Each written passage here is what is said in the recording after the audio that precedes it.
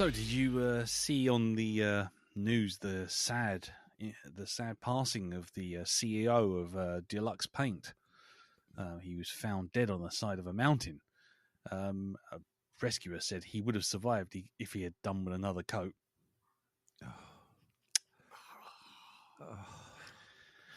Flipping hell. That was like a trek up that mountain, that was. It was a long and winding road. It's been a long road getting from there to here. I made a paper airplane, though. It hovered in the spot like a helicopter, and then I remembered it was just stationary. Hello? Is this on? Ow. Hello? Ow. And finally, you know, I went to the doctors the other day because I kept hearing strange voices from my underpants, and my doctor said, just ignore them, they're talking bollocks. Anyway, hello everyone, and welcome to the Black Dog, version 284. I'm Lee. I'm Darren. I'm from Jim. Mars. I am Simon. I'm Elton. I'm coming through on a satellite from the 1980s to Noel's Cartoon Club. Fucking Christmas on the top of the fucking post office tower. Anyway, yes, and this week we will be seeing how everyone's week's been, what there is of it, because I suspect most of it is just it's up. Thanks, Carl. And then we will be moving on to any feedback we had for last week's film, which was The Corner Office. And then finally, we will move on to this week's movie, which is Jim's pick, which was Inside Llewyn Davis, which is the name of an album and not the name of a porno gynecological movie. Yes. Yeah. Thank Christ. It is Llewyn, apparently, not Llewellyn. Yes, Llewyn. Exactly. So, we will get to that soon enough. But first, let's find out how everyone's week's been. And so we'll start with you then, Jim. How's it been, sir? Hot. Damn hot. Just to follow up on last week's.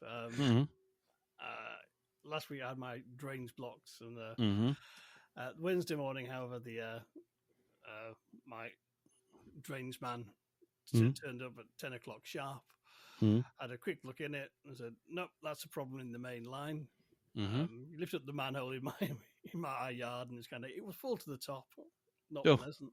Oh, gorgeous. And so he rang the water board because he worked for the local council and they know him.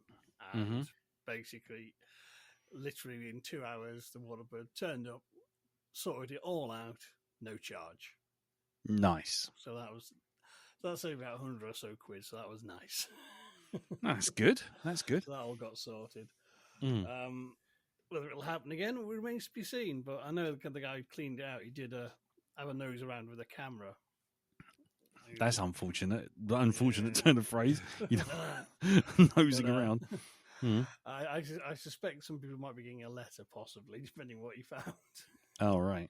So we'll see. Okay. So so that's done. So done and dusted. So that's other than good. that, I've been living the proverbial quiet life and trying not to spend money. Fair enough. Counting your blessings. Basically, yeah. I'm going to stay in quiet where nothing else can go wrong or break and cost me money. I think that's Nice. That'll be good. That's a good plan. So on the upside, though, is kind of we did find, or rather, Teresa discovered, MythBusters has a YouTube channel, where they're putting up all the old episodes, which is nice. Oh, Okay. really? Okay. I've only seen odd ones or two down the years, so it's quite nice to have it all on tap there on YouTube for nothing. Oh, cool. That's pretty good. So I'm quite enjoying sort of seeing it because there's tons I haven't seen basically. Because it's one of those things I just watched sporadically back in the day when it was on around people's houses, and so it's quite nice, and it's all searchable. So, oh right, yes, and we'll find that one where they do all that. Say the themed ones, who like how realistic are all the bank heists you see in movies and stuff like that. Oh yeah. So that's really good fun. So I'm really enjoying that. So that's been nice. Cool, excellent. So anything else, sir? No, I think I'll leave it. I'll leave it that there. I think. Lovely. Yes. Okay. Cool. In which case, we move on to you then, Elton. How's your week been? Well, I've just subscribed to the Mythbusters channel because I haven't seen them in ages. Nice. I used to wake up and then watch an episode every morning before going to work. Oh, So, right. I flipping used to love them. I had to unsubscribe from Adam Savage though because he was doing my nutting a little bit. But Really? yeah, You don't say. Yeah. Mm. he Mm. he comes Just to across be all right, but he's a bit of a live wire, isn't he? He's a bit too eccentric, and he likes to film on his own and drag the camera around with him and laugh and giggle at the way that it moves and creaks and shudders, and I just get motion sickness watching him, and I'm like, stop beating around the bush and just get on to what you actually want to do. Do a bit of editing and Yeah. make it a bit better. But I understand why he doesn't. But flipping hell. So yeah, I had to unsubscribe from him. But yeah, thanks, Jim. Thanks for that. That's my morning sorted now. Nice. Excellent. Apart from that, yes, sweating, which is always nice at work. I have a house full of people at the moment, which is quite nice actually.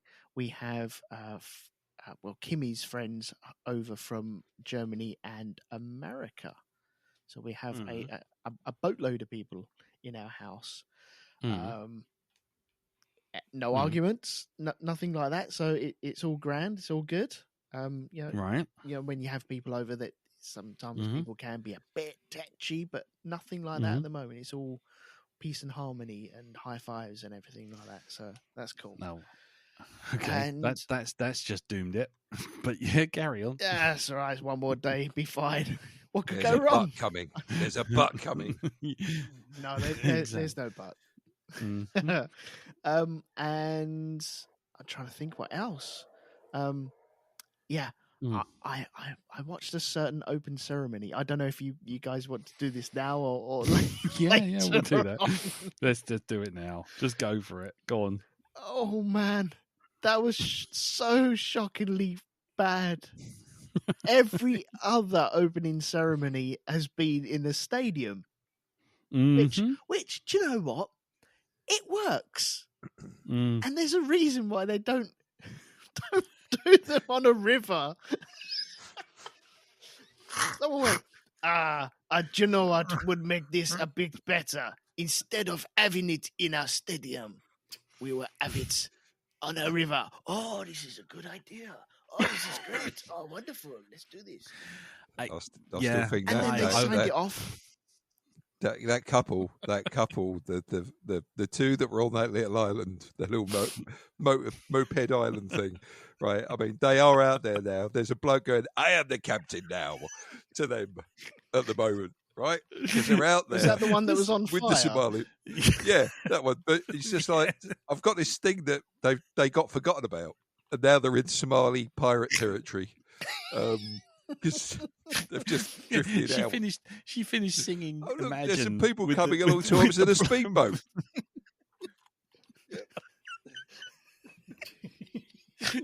It's like, oh, they come, paddle, you cunt!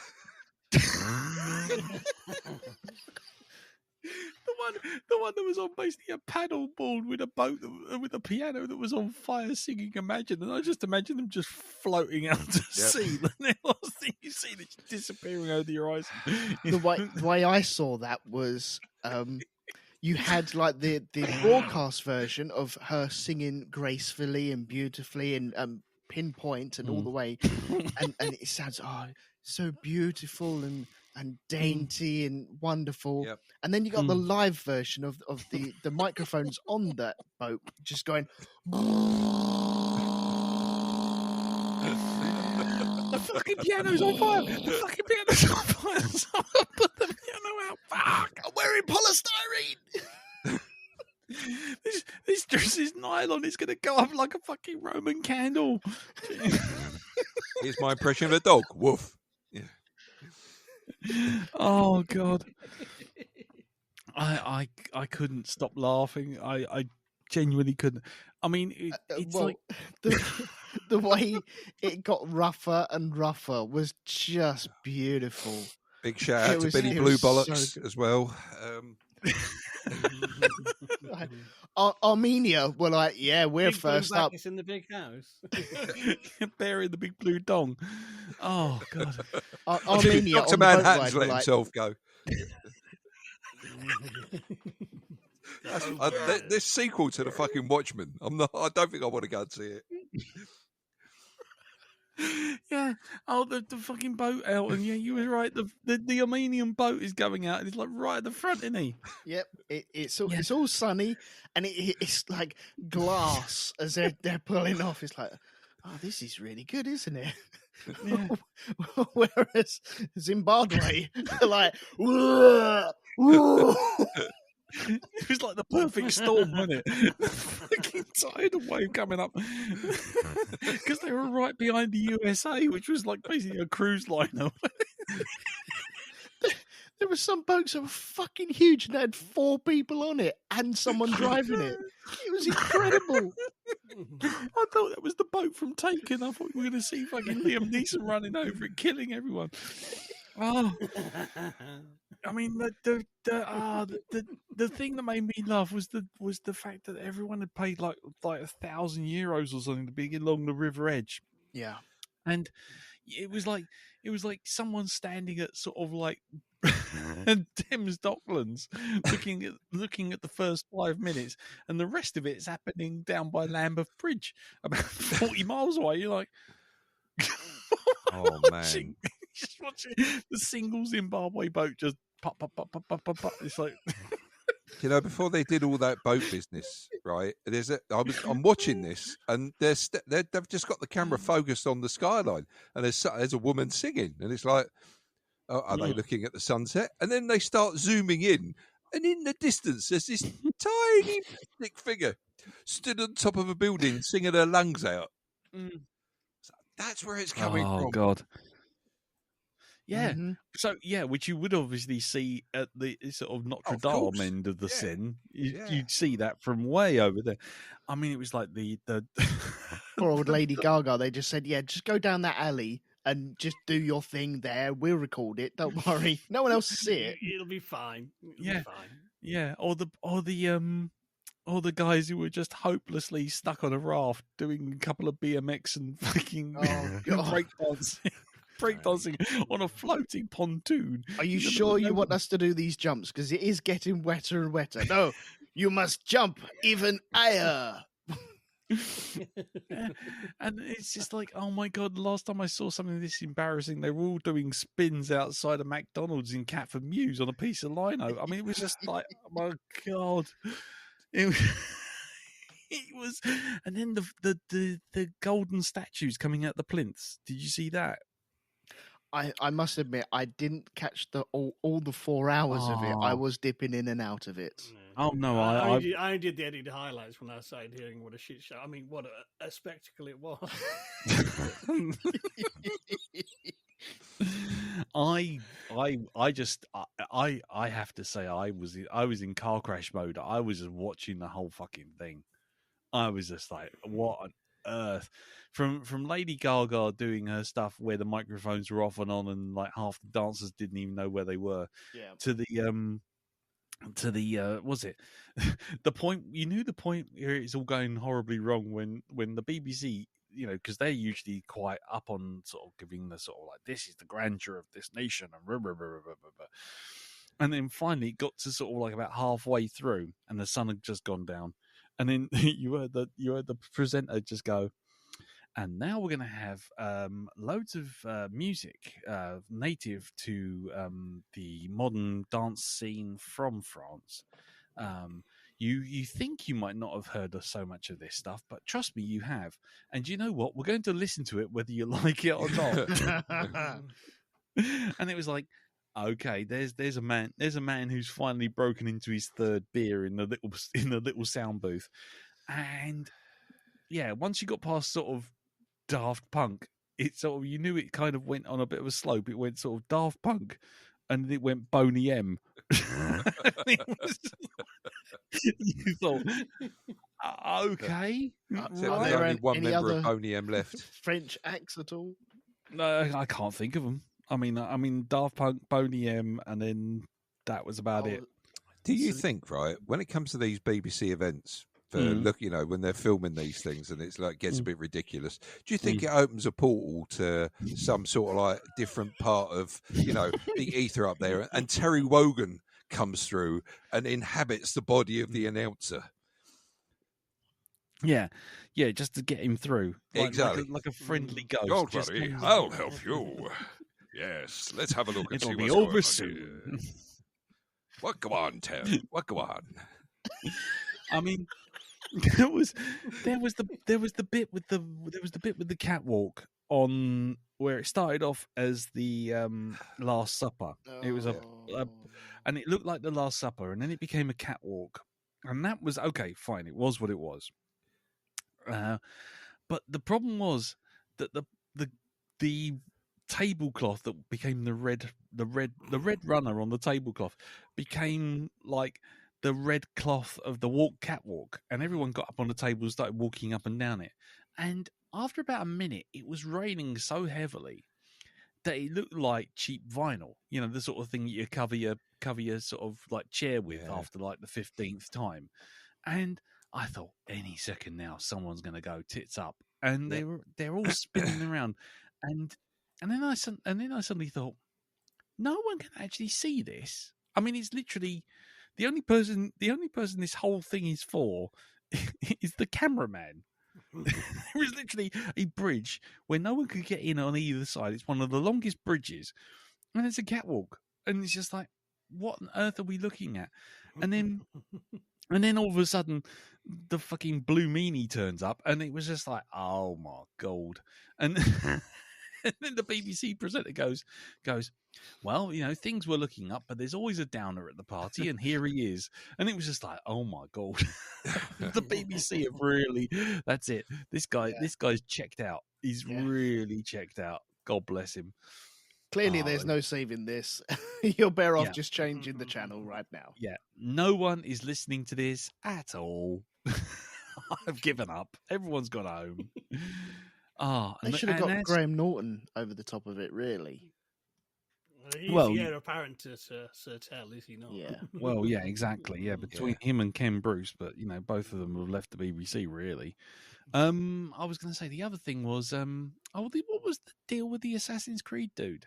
I mean, I know Ubisoft is French, but why did we have Assassin's Creed 2024 bloke running all over the place with the bloody torch? It was like, what are you doing, man? I didn't see that. No, I'm gonna have to a look.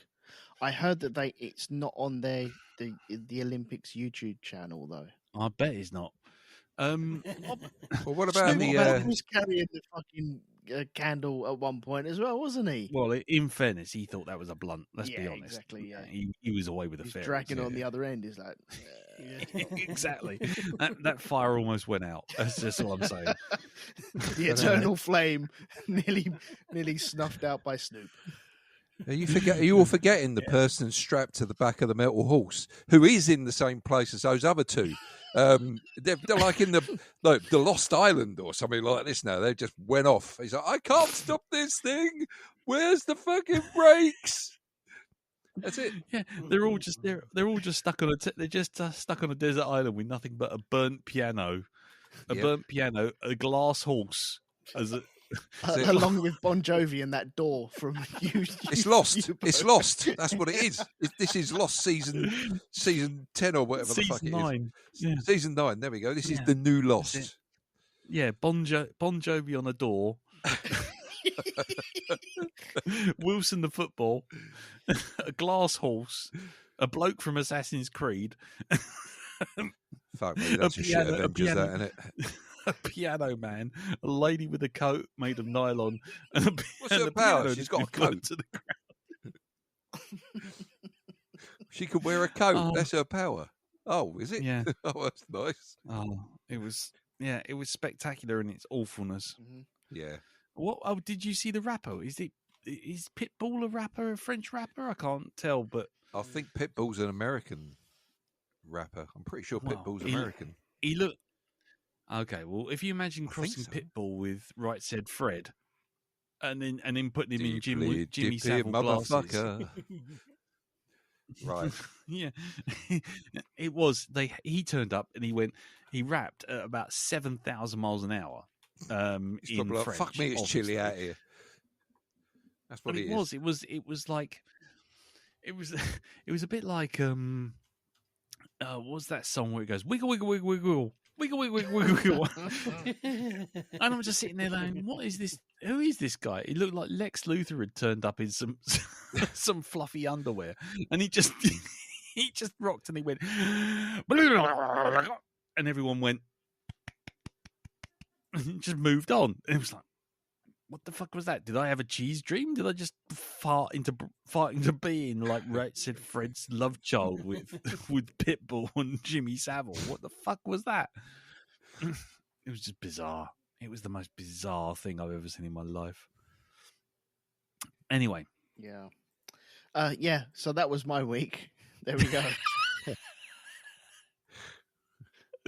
Yeah, okay. Yeah, I would recommend anyone who likes cringe TV to look up All 4 Hours, because it was layered. It was just a gift that kept on giving.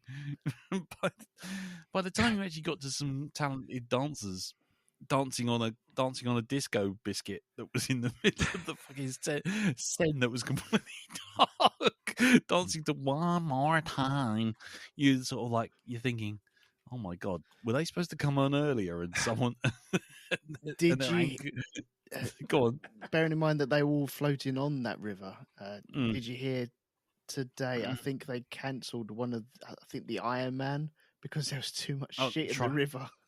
Oh yeah, the triathlon. Yeah, the triathlon thing. That's it. Yeah, every single one of those dancers died of TB and tetanus.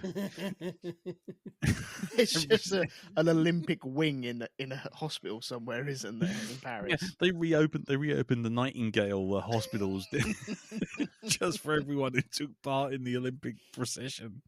It's just endless streams of people with bubonic plague just sitting there lying in bed going, well, I danced. People saw me, didn't they? Well, apart from nobody did really, because you were all on a pontoon 1,000 miles from nowhere. I really shouldn't have drunk the water. Oh God, yeah. Well, there you go. Okay. We'll move from that to your week, Dal. How was your week, mate? Well, didn't really do much apart from maybe getting out of the house at the end of the week, but I'll talk about that last, because I'm sure if somebody else went and did the same thing that I did this weekend, that they may want to comment on it. Well, no, because as we've made it very clear that we didn't want people to comment on it, so why should we? Exactly. But okay, I'll get that bit out of the way then. I went and saw the film.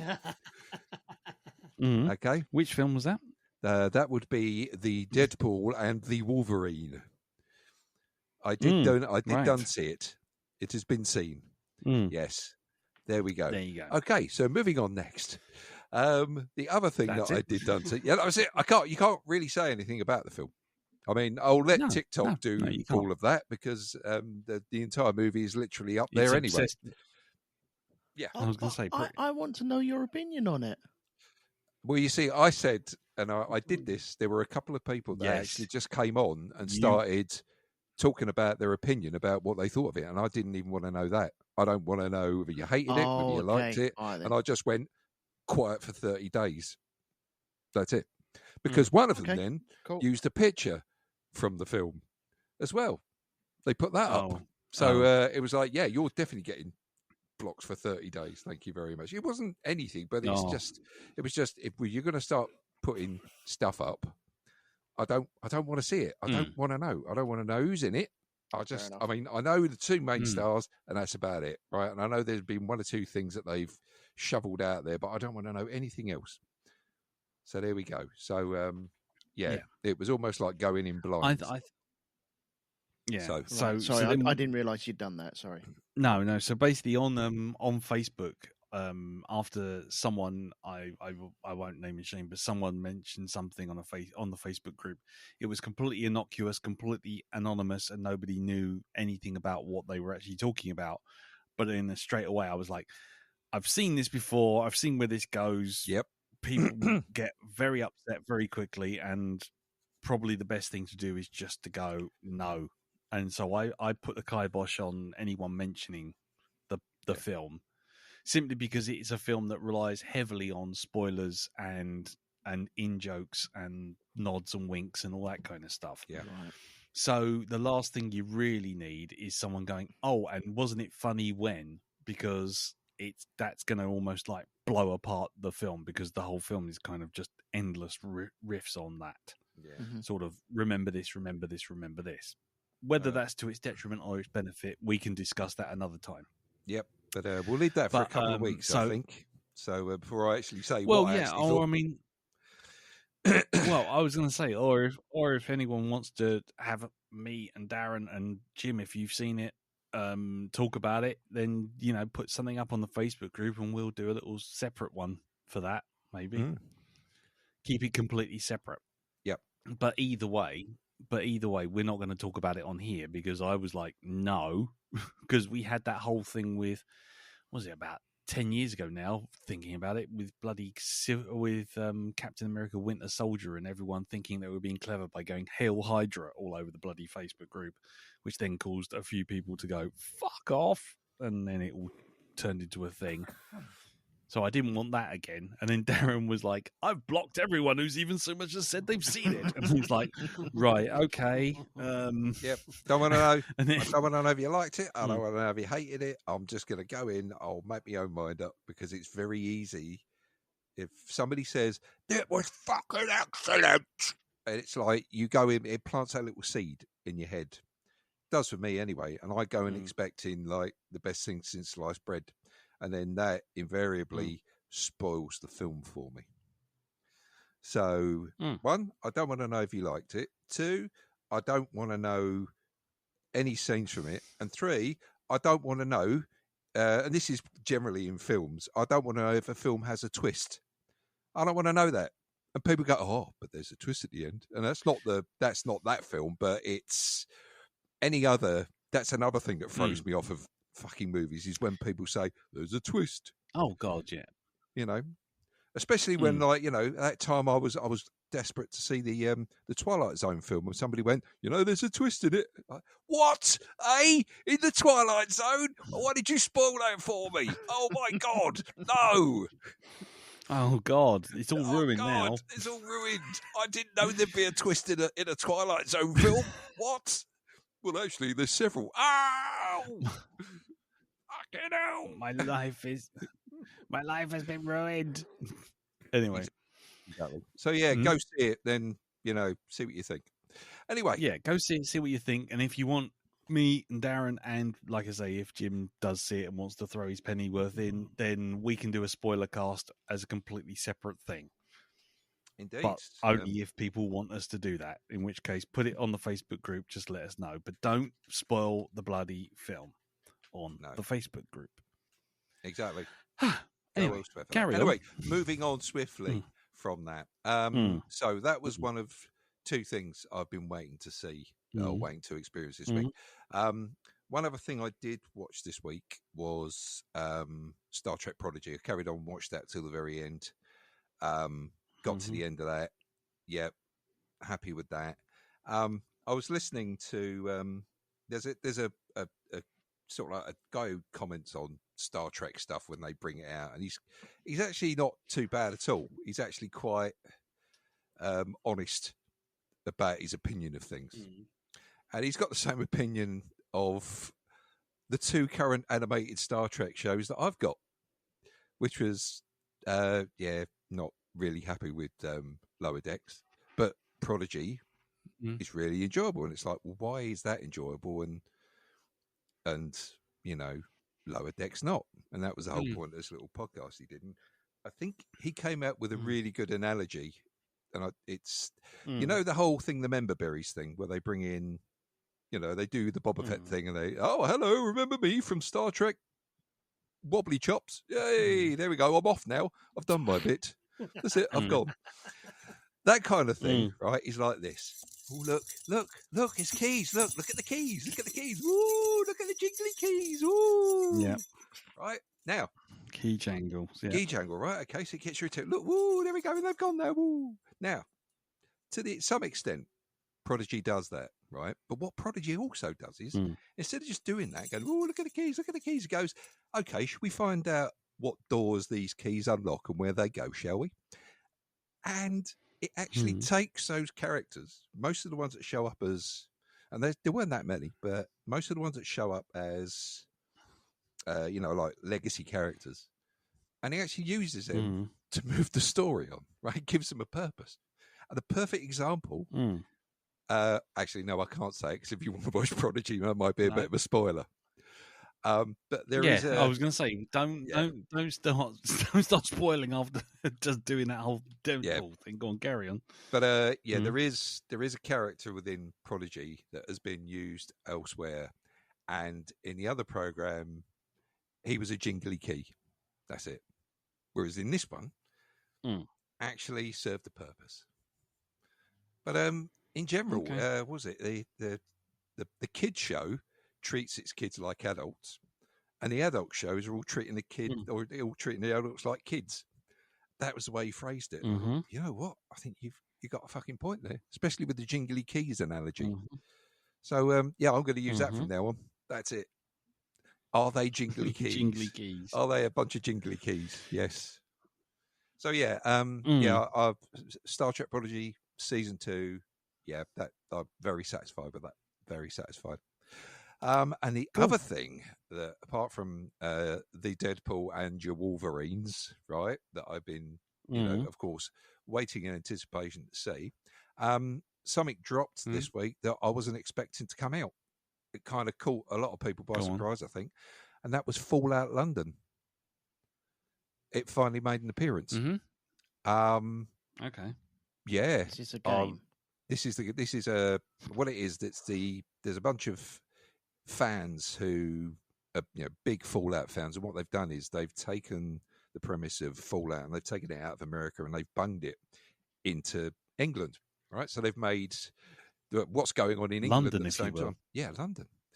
And it's really cool because they've got places in there that I recognise. Things like they've got Bromley as one of the areas. So I was kneecapping a few people outside Bromley College this game. To be quite honest, it probably wasn't an apocalyptic landscape. No, it was a simulation. Just a webcam. Yeah, simulation, complete and utter. Just a webcam. There's like Lewisham's in there as well.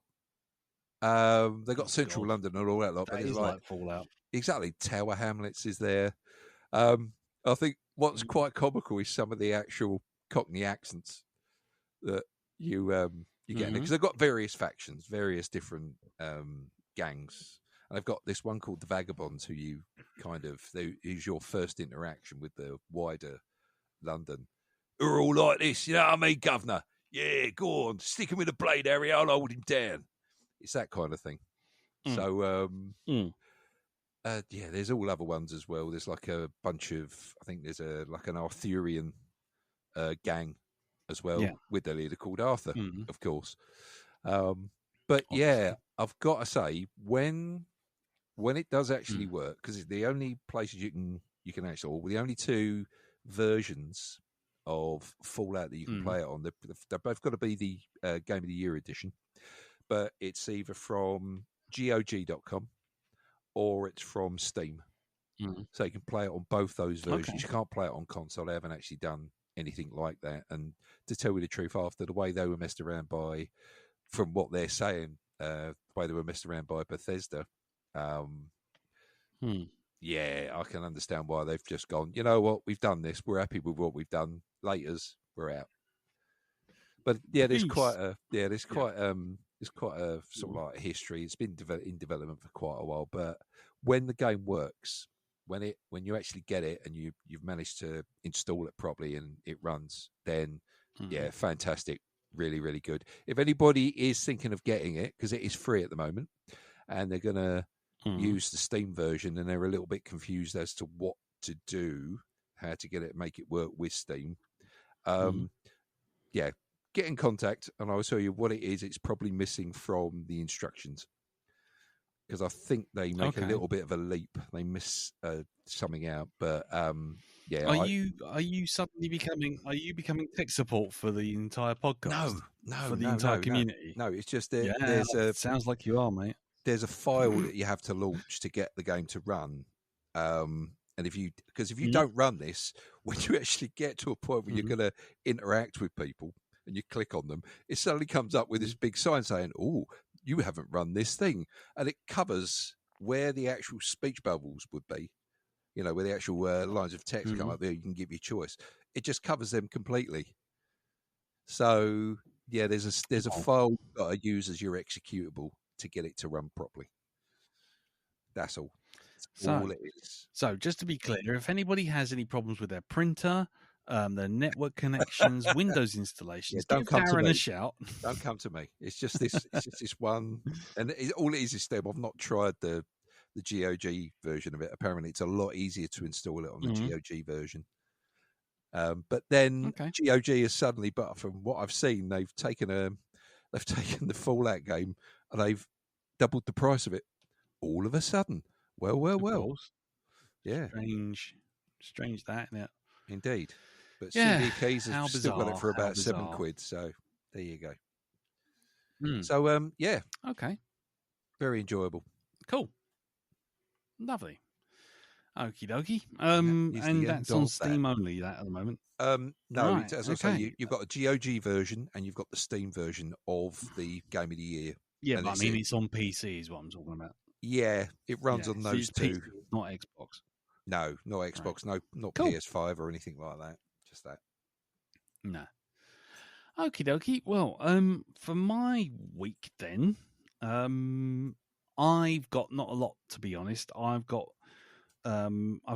one thing I watched, which is obviously Deadpool and Wolverine. I did watch that, and again, if you want us to do a spoiler cast for a bit, then by all means, just let us know on the Facebook group, and we'll see what we can do. I'm not saying anything about it. That's it. That's the end of it. And then I watched on Netflix a thing called the Decameron. Have you heard about this? Decameron? No. The Decameron. No? Decameron. Oh, the Decameron. It's spelled D-E-C-A... D-E-C-A-M-E-R-O-N. Decameron. Yeah. Decameron. There you go.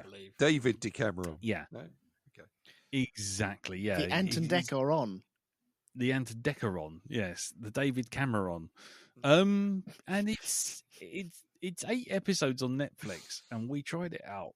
The first 2 episodes, and I don't know what I think about it yet, but I'll just describe it to you. Basically, it's 1348, and it's the Black Death, and it's going all over Italy. Right. And what happens is essentially these bunch of nobles all decide that they're going to run to the country and go hide in this castle where apparently the Black Death hasn't reached yet. Along the way, one of the nobles, who's this selfish princess, gets basically done in by her sort of lady in waiting who she's been bullying, and now pretends to be a princess turning up at the castle. And then it also turns out that the owner of the castle has already died of the Black Death, and the servants are the only people still left alive in this castle, and they're trying to maintain a sort of like air of like, oh, the master's away, because if someone finds out that the master's dead, they'll basically be booted out of the castle, and the king will take the castle and everyone else will be booted out. So it starts off like that. It's sort of like all these different nobles and their handmaidens and handmen and all this sort of thing coming into this castle, and every single one of them has got like an ulterior motive hidden behind their reason to be there, other than that they were invited for a party. And it's weird and dark, but it's also kind of funny and odd. It's an English production, but it's teetering on the brink. And like I say, I've only done 2 episodes, but it's tinkering on the brink of being like a sex comedy, whoops, where's me trousers version of Frasier, where you sort of, I don't know if anyone, I said this to Carol, where you remember the episode of Frasier where they were in the snow lodge, and there's like the ski instructor who's like this big hunky handsome dude who the women are all lusting after, and then there's the 3 Crane boys, you know, Frasier and Niles and his dad Martin, and they've all got girlfriends they've brought along to the ski lodge, but they're also lusting after the ski instructor, but the ski instructor's lusting after someone else, and it turns into this whole thing of people going after each other while trying to hide their intentions from everyone else. And I'm going to stick with it, but it's very, very weird. And I don't know what it is about it, but you're sitting there kind of going, I hate everyone in this. But you can see where this is going to go. It's going to turn into an absolute fucking Hunger Games situation as everyone starts dying off from the Black Death, because it turns out someone has already died in the basement and the Black Death is actually inside the castle already. Oh, great. So it's only a matter of time. And it's just like, what on earth am I watching? But it's very weird, and it's kind of cool, but it's kind of dark. If you like your dark humor, it's got quite a bit of that. Yeah, I don't know what else to say about it. I can't recommend it yet because, like I say, we've only done 2 episodes of it. But the Decameron, it's on Netflix, and it's strange. Okay, it's the best. Yeah, it's described on the Wikipedia as a medieval black comedy. Yeah, and it was only released this week. So, make of it what you will. That's all I'm going to say about that. Yeah, and that's it really. I can't really talk about Deadpool. So the only other thing we can talk about, or I wanted to talk about, was that over the weekend, the San Diego Comic-Con came out and did its thing and showboated everything. And normally those kind of things are like, okay, post up a little bit of news on the Facebook group. You know, this is coming out, that's coming out. Here's a trailer, there's a trailer, you know, that sort of thing. But one bit of news came out, which, you know, let's be honest, it's the bit of news that everyone went, what? And I'm just kind of in that what situation myself. And I'm kind of going through the stages of grief at the moment. I went through denial and anger and bargaining, and I'm not sure I'm up to I'm not quite sure I'm up to acceptance yet.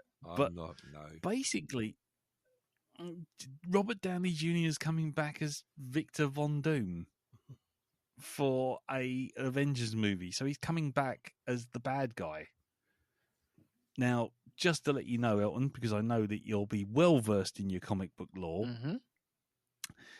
Robert Downey Jr. was Iron Man. Yes.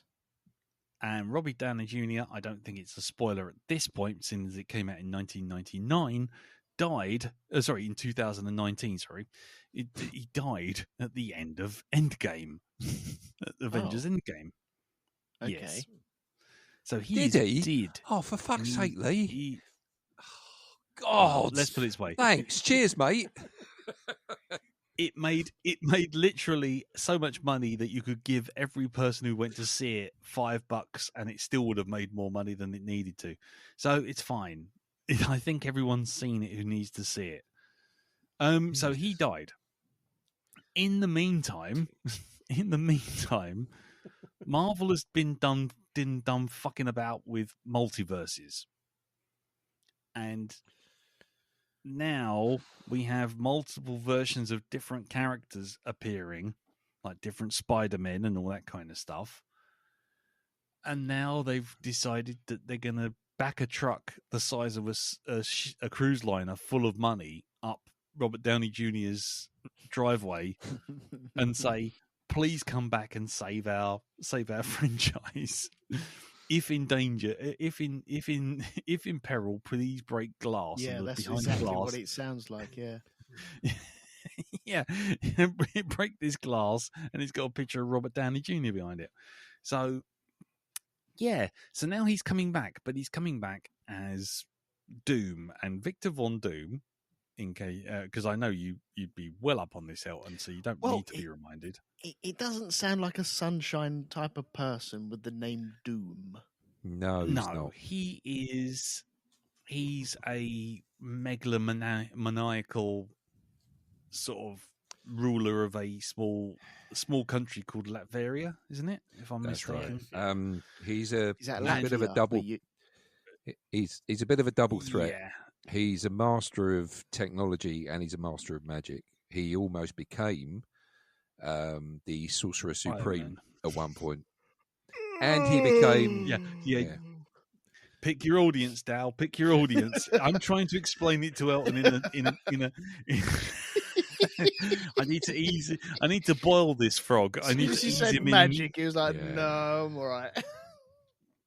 No, he's long and the short of it. He's a big bad guy who's wearing a tin costume and very, very shall we say, theatrical. And he has a big green cape and hood over the top of his iron suit. He is a very, very complicated character. Now, Robert Downey Jr. can do. No. This one in particular. This is why you've not really seen a successful version of him. Robert Downey Jr. can do Where has arrogant. he been since the last 10 years? Surely, if he was that much of a threat or anything like that, then surely he would have really ugly head. He's coming across the multiverse, right now. probably. We don't know. Right. But it's also because he's part of the Fantastic Four and a different studio to Marvel had the rights to that. Yeah. Yes. Yeah. The real reason. Yeah. Doctor Doom is like your Cobra Commander How dare you, sir? How dare you? He is like the Cobra Commander of the Marvel Universe. Right. Okay. I think it's safe to say. Would you say that, Dal? Yeah, but he doesn't have a little itty bitty ditty bag or anything like that at all. No. He doesn't have an itty bitty ditty bag, but he is the Megatron of the Marvel Universe. Right. Okay. Cool. The sort of big bad that always comes back. And as Jim said, he's part of the Fantastic Four bad guy pantheon to start with. And Fantastic Four wasn't a thing in the Marvel Universe until Fox basically went poof, and now they are. God, it just. But they brought back Robert Downey Jr. How do we feel about this, Dow? Do you want to go first, or shall I step up to the plate now? Well, I mean, I don't mind. Jim, have you got thoughts? Because I think if you and me, Dal, we start off, then it's just going to be going on for another 25 minutes. Jim, do you have any thoughts before we start? Well, basically, I mean, Doctor Doom, as I understand it, he's pretty much, he's now a clanking metal cyborg, thanks to his pursuit of the twisted science. And as such, if Robert Downey Jr. plays him and never takes the mask off, I don't really have a problem with that. I trust Robert Downey Jr. to do a different voice to Tony Stark. As long as it's not his Welsh, Dr. Dolittle voice. Well, yes, that'd be bad. A novel take, I grant you. Like the West Country Darth Vader. Yeah. Part of the rebel alliance in the traitor. Take her away. Anyway, go on, carry on, Jim. Sorry. Well, so that'd be fine now, but it's also the possibility of the multiverse. This is kind of a multiversal Doctor Doom where Tony Stark didn't become Iron Man but became Doctor Doom. And that would be kind of like, do we have to do that? Well, it depends how they go. I mean, basically, he's Doctor with a bloke in a suit, so it's kind of you could play him, but you got to do it Dread style and keep the suit mask on. End of. Yep. Okay, go on, Dal. Step up, mate. You're up. How can I describe Doctor Doom to make sure to put it across how? I mean, I might get this wrong. This may be a case of Heath Ledger Joker, but I'm even seeing Heath Ledger giving this a bit of side eye. He's dead.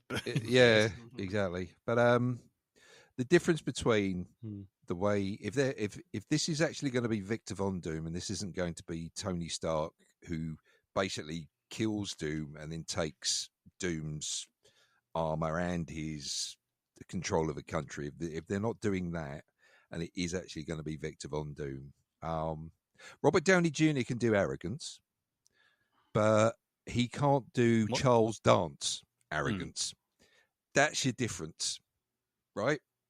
I haven't seen Oppenheimer. I don't know what sort of performance Robert Downey Jr. has put in, but really if I were to pick it, really good, yeah. If I were to pick an actor to play Doom, right? If I could get a younger version of Charles Dance to play, I'd say that was closer to what Doom actually is. That's that level of arrogance, that sort of level of very, very sort of toned down humor, but quite pinpoint and effective.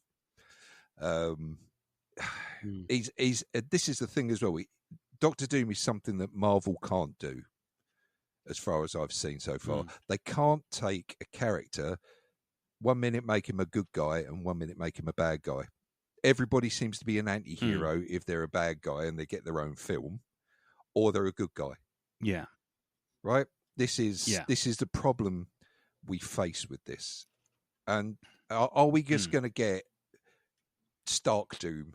If it is Victor Von Doom, are we just going to get Robert Downey Jr. just being Tony Stark, but with a Doom costume on? That's what it's just, oh man, you've just got to be so, you just got to think about this character for a while. You just got to take a bit of a run up to this one to get it right. Otherwise, you might as well just not bother.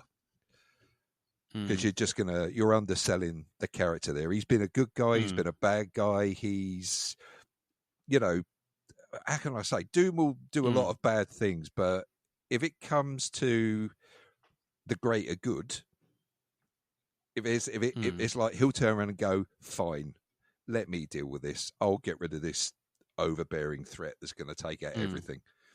And he's saved Reed Richards quite a few times. Right, he's pulled Reed Richards' ass out of the fire quite a few times, to the point where in the comics, Reed and Sue Richards, their daughter, Doctor Doom is their godfather, and that relationship between those two is absolutely brilliant, really, really good, very funny. But where it comes to Robert Downey Jr. playing this role, you know what? Fine, I'll wait until it comes out and we'll see how he goes. But initially, it's a no from me. That's it. If I've got to be Simon Cowell about this, you're a bit of a cunt. No, it's no. I just feel so. It's like, oh, there's red lights here. There's danger. It's danger. Danger, Will Robinson. Right. I'm going to be, I mean, I heard the news and I just thought, what the fuck? It smacks of desperation for me. There's no two ways about it. The Doctor Doom character is one that needs, my first thought is the Doctor Doom character has to be one that reoccurs. You can't have him just for one and done. No. It's like the Joker in all the different Batman movies. It's never been the same Joker more than once, and it always goes away. And then we always have to have the bloody origin, and then he always has to come back, and then he always has to get beaten, and then it's like then they go away and they forget about it, and then they go, "Ooh, we'll have to get another one back in." It can be. If you're doing the Marvel universe, it has to continue. So whoever picks this role is getting this role for, like, let's just use old Marvel money. They they used to get it for like 7 films.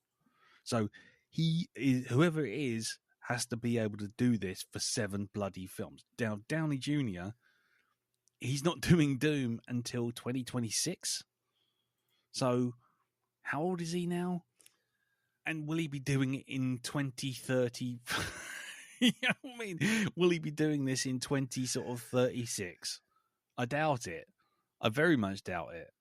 So either this has to be a throwaway Doom, in which case feels desperate. If you do the multiverse, it was a Tony Stark who became bad, or he got his mind swapped, or any of that old cartoony bollocks that makes me roll my eyes. Whatever excuse they come up with him coming back, it's a gimmick. That's the flat and the end of it, as far as concerned.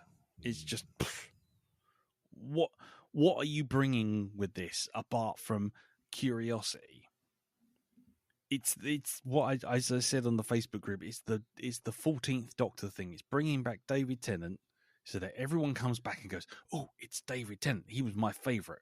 Keep him around for 3 episodes, switch him out with the next one, and start the whole thing again. And go, "Oh, but you stayed for these 3. Stay for the new guy." And I get the feeling that this is just he turns up, he turns up, he's the bad guy, he's Doctor Doom, blah blah blah blah blah. Everyone goes, "Oh, it's Tony Stark as Doctor Doom," whatever. Money will go through the roof. Everyone will go, "Yay!" And Marvel will be like, "Money, money, money. We're back on the track," like this. And then what happens is they'll go, but it's now going to cost us like 20 times as much to get Downey Jr. back for a second time. With Secret Wars or whatever the hell. So then they'll go, "Yeah, but he was the multiverse Doctor Doom, and we got the Fantastic Four coming up, and here's the real Doctor Doom, and we've cast him already, and you don't know, and and then they sideswipe you and bring this new guy in. Yeah. If it's just if it's a ploy, then it feels cheap and nasty. If it's a real thing, it feels misguided and stupid. And as much as anything, who is still alive left to fight Doctor Doom and recognise it's Tony Stark? Are there any other actors in Hollywood? There is loads of actors in Hollywood. Right. I mean, there is literally an entire Reddit called Fancast, which is about casting your favourite roles. Who would you pick? And there is literally every list for every character you could possibly think.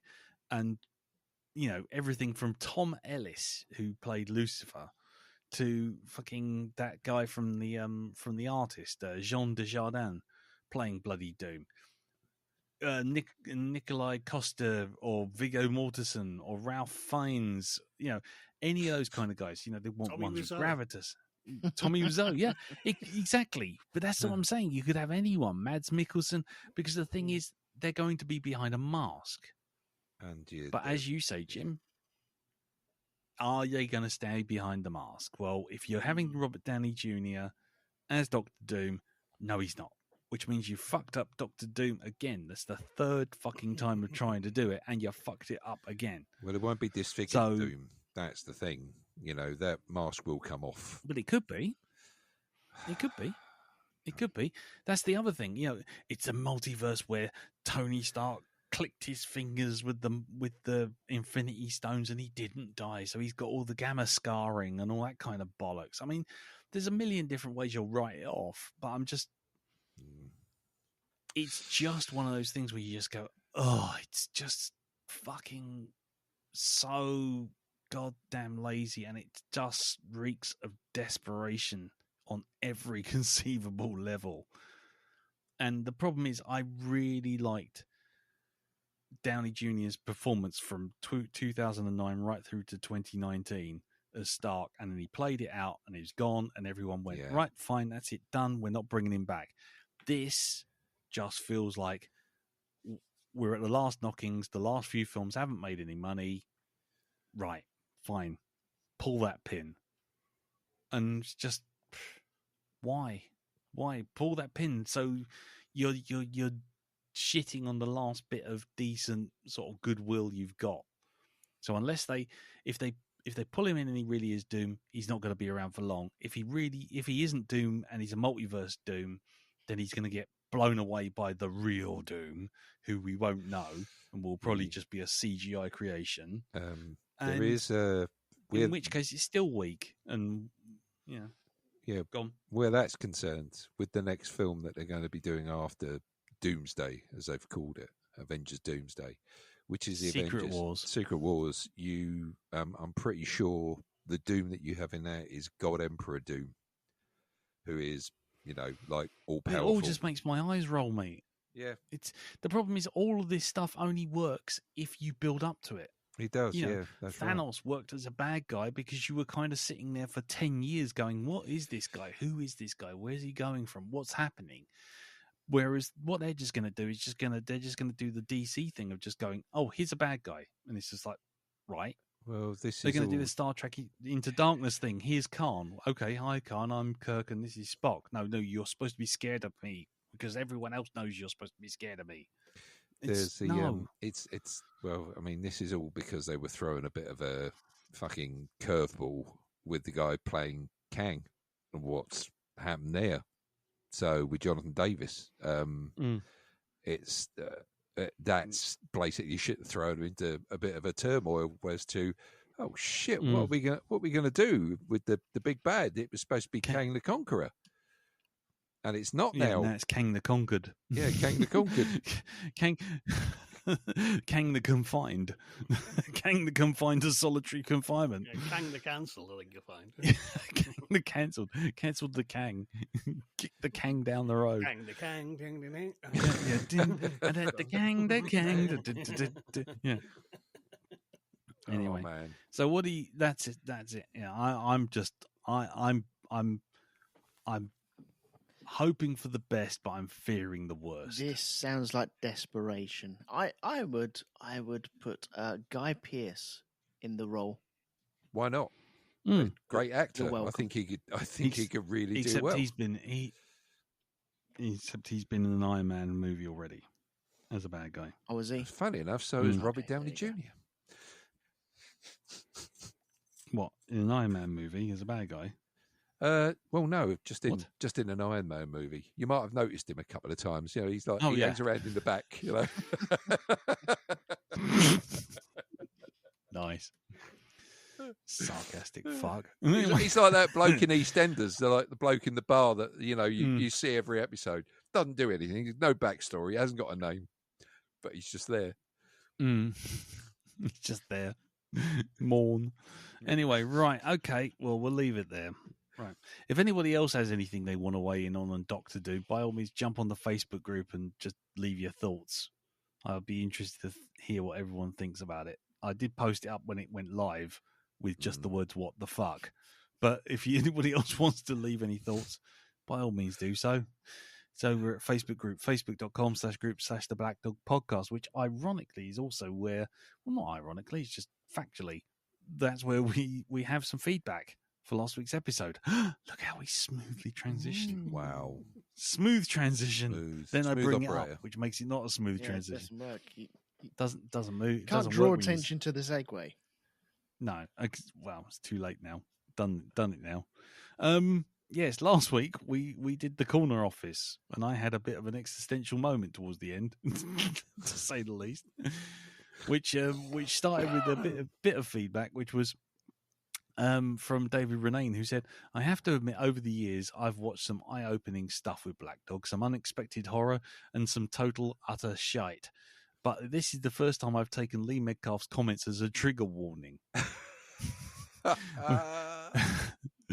Whereas Ross Fawkes said, there's a few high points of listening along that there were a few points listening along that I almost went and burnt my old workplace down at night. It wouldn't be so hard.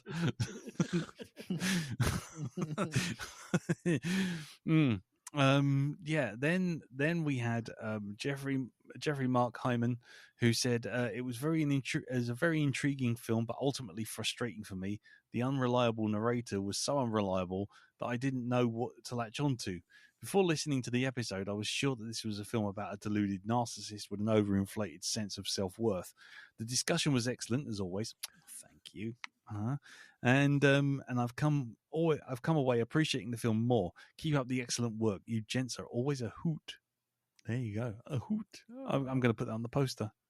Black Dog Podcast. It's a hoot. Thank you, Jeffrey. Ian Stead jumped in, spaceship, and he said, I worked in IT for a few years. I ended up monitoring and fixing and bodging the office network. I used to log into the RMA manager's computer in the morning, and as I was well in with before him, and used to change his homepage to chickwithdicks.com or cheese.com. I monitored internet usage and often noticed the chairman had a thing for naughty wives. It was a dysfunctional and now long dead company. The sales team, director and chairman were idiots, except a couple. One incident that really sticks out, the director was a prize Burke. He owned a Jag, and this was important. The company moved to Skelmersdale, or Skem as I call it. Anyhow, for some reason they installed a bollard system, and I'm guessing it was cheap. A number of staff ended up losing bits of sump, engine, bodywork on those bollards as they would raise. He and the chairman said it was their fault, and the company, Quantum Microcomponents, yes, spelt wrong on purpose, it was not liable. However, one day a rep came with another rep, part of the same company. The first car gets out, next car, crunch. So driver one gets out to see what's happened to his colleague. As he's looking, someone pinches his car, because Skem's a bit rough. Car two either has not waited or just ploughed on into the rising bollard. Then a few later, the director on his drives out, crunch, sump gone, bodywork buggered on his Jag. Oh, karma did strike. So then they argued it was faulty and removed it. Then on his birthday, the chairman hands him a present, a small trophy-like thing with a part of his damaged Jag mounted on it. Wow. Lovely. Nice. Gotta love works. Yeah. Oh, by the way, I did also apologise for the length of this last podcast, and Sean Gleason stepped in saying, "Don't worry, I'm a captive audience. I listen to the podcast all day at work inside an industrial freezer. It's way better than the hum of a VW-sized condenser unit attached to the ceiling." I think I might put that on the podcast page as well. The Black Dog Podcast, better than listening to the hum of a VW-sized condenser unit. Thanks for that. So if anybody else has any endorsements, please put them on a 5-star review on iTunes, especially if you can do one like that. The Black Dog Podcast is better than the hum of a VW-sized condenser unit. The Black Dog Podcast. It's always a hoot. Yeah, I like that. Stick them on. Yeah, go on the Facebook. Go on the iTunes page. Give us 5 stars and leave those kind of reviews. Just anything. It doesn't have to be anything major. Just Black Dog Podcast sounds better than the silence in my own head. Whatever. Just go do that. That'll be appreciated. Right. I think we'll leave it there. If anybody does want to leave any feedback, then by all means do so on the Facebook group, which I've already said is facebook.com/group/the Black Dog Podcast, or alternatively send us an email to feedback@Black Dog Podcast. And to anyone listening to this who wants to send me spam about dog grooming products, just remember the Black Dog Podcast isn't about dogs. Thanks. Anyway, right, we'll leave it there. We'll roll the jingle and then we'll be back for Inside Llewyn Davis. Roll the jingle. You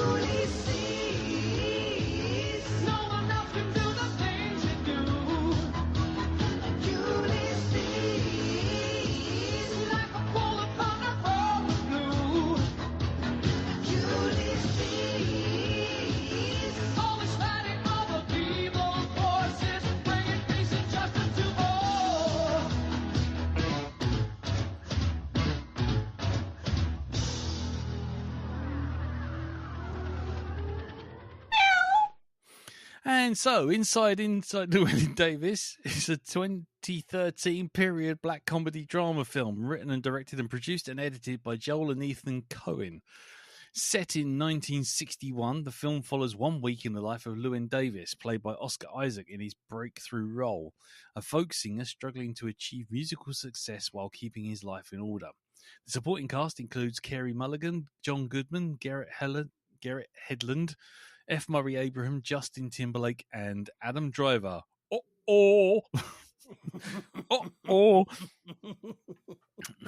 Outer space. Sharp.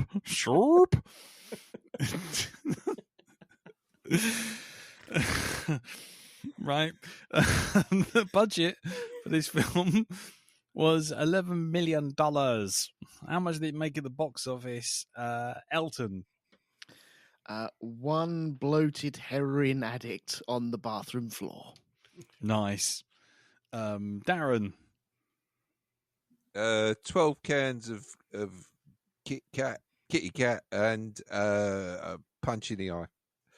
Right. From an old and bloke. Jim. 20 million missing cat scrotums. The scrotum. Well, you see, that's where you're all wrong. You see, it's actually 400 copies of Please, Mr. Kennedy. Oh, and don't send me into outer space. Please, Mr. Kennedy. Oh, he's in space. He's insane. Got no brain. No, actually, it made $33 million. So it made 3 times its budget back, which is quite good. Right. Well, I will skip over the extensive Wikipedia on this one because there's a whole thing about the music which goes on for quite a track. So we'll leave it there and move on to the pre-spoiler discussion and go around the table. Now, Jim, it was your pick, so you go last, sir. Okie dokie. So we will go around the table, the virtual table, and find out what everyone thought in brief, what they thought of Inside Llewyn Davis. And so, Elton, over to you, sir. What did you think of this film? I enjoyed it, but I'm not sure what I got from it. Right. I went on a journey. Felt like I actually went on the bus ride or the car ride with Llewyn Davis, but it feels like there was lots of things. I'm wondering if I'm missing something from this because I feel like there was lots going on, and yet nothing went on as well. And so I'm struggling with this. But what I saw, I enjoyed. But someone's going to have to help me out on this one. Also, with you guys feeling seen during the Office episode last week, I kind of feel a bit seen with this because, I kind of wanted this life for a little while. I would have been very happy just doing this, sleeping on people's sofas and just tinkering around like that. So, oh man, I would have, Okie dokie. That appealed. Okay, Darren, what about you then? It was all right. I enjoyed it, as it were. Normally, I didn't realise it was a Coen Brothers film. I don't know what happened there. I think I wasn't concentrating, but it's just like at the end, it comes up with their names. And normally, I really quite enjoy Coen Brothers movies. This one was all right. It was okay. I think. Yeah, I know what I think kind of stopped me from totally enjoying it. But in general, I thought it was all right. I thought it was, it was a good movie. Okie dokie. In which case, for me, I found myself liking it after the event. I watched it all the way through and I thought this is a film which is telling me something pretty much like you, Elton. It's telling me something, but I don't know what. And the more I mulled on it overnight, because I was having trouble sleeping, because guess what? It was fucking hot last night. But there were bits I thought were really funny, and then there were bits that were darkly funny, and then there were bits which I just thought, oh God, this is horrible and depressing. And I kind of came away thinking, I don't know if I like it. I don't know if I don't like it. And then by the end of the evening, just laying there trying to get some sleep, I thought, actually, I think I did like it. But I don't. I've got so many random thoughts batting around in my head about it that there are bits where I laughed, there are bits where I just got really down, and then there were bits where I thought, God, I could do with not being part of this man's life for 5 minutes. And yeah, so I suppose it means that it's a good film because it's affected me in a number of different ways. But it wasn't a film that I immediately warmed to. Let's put it that way. What about you, Jim? Well, this was a blind pick for me, and so it completely flown under my radar when it first came out. But then again, it was kind of in that strange, the COVID years where a lot of things came out under everyone's radar. Yeah, and I really liked it. There's bits I was uncertain about. I was in particularly, going to spoilers, I was uncertain about the end and where the film had left me. But kind of like yourself, the more I thought about it, and me and Tree sort of chat about it, the more kind of, things suddenly clicked. Oh, hang on. Yeah, right. Yes. And wait, we'll get into it later, but then it kind of, so like yourself, the more I thought about it afterwards, the more it's kind of, actually, I think, that did what it was supposed to. But yeah, it's I don't know. I did really just enjoy this sort of strange journey, and I appreciated sort of being cold and wintry on a hot, sweaty night. Yeah, live vicariously through his doused socks.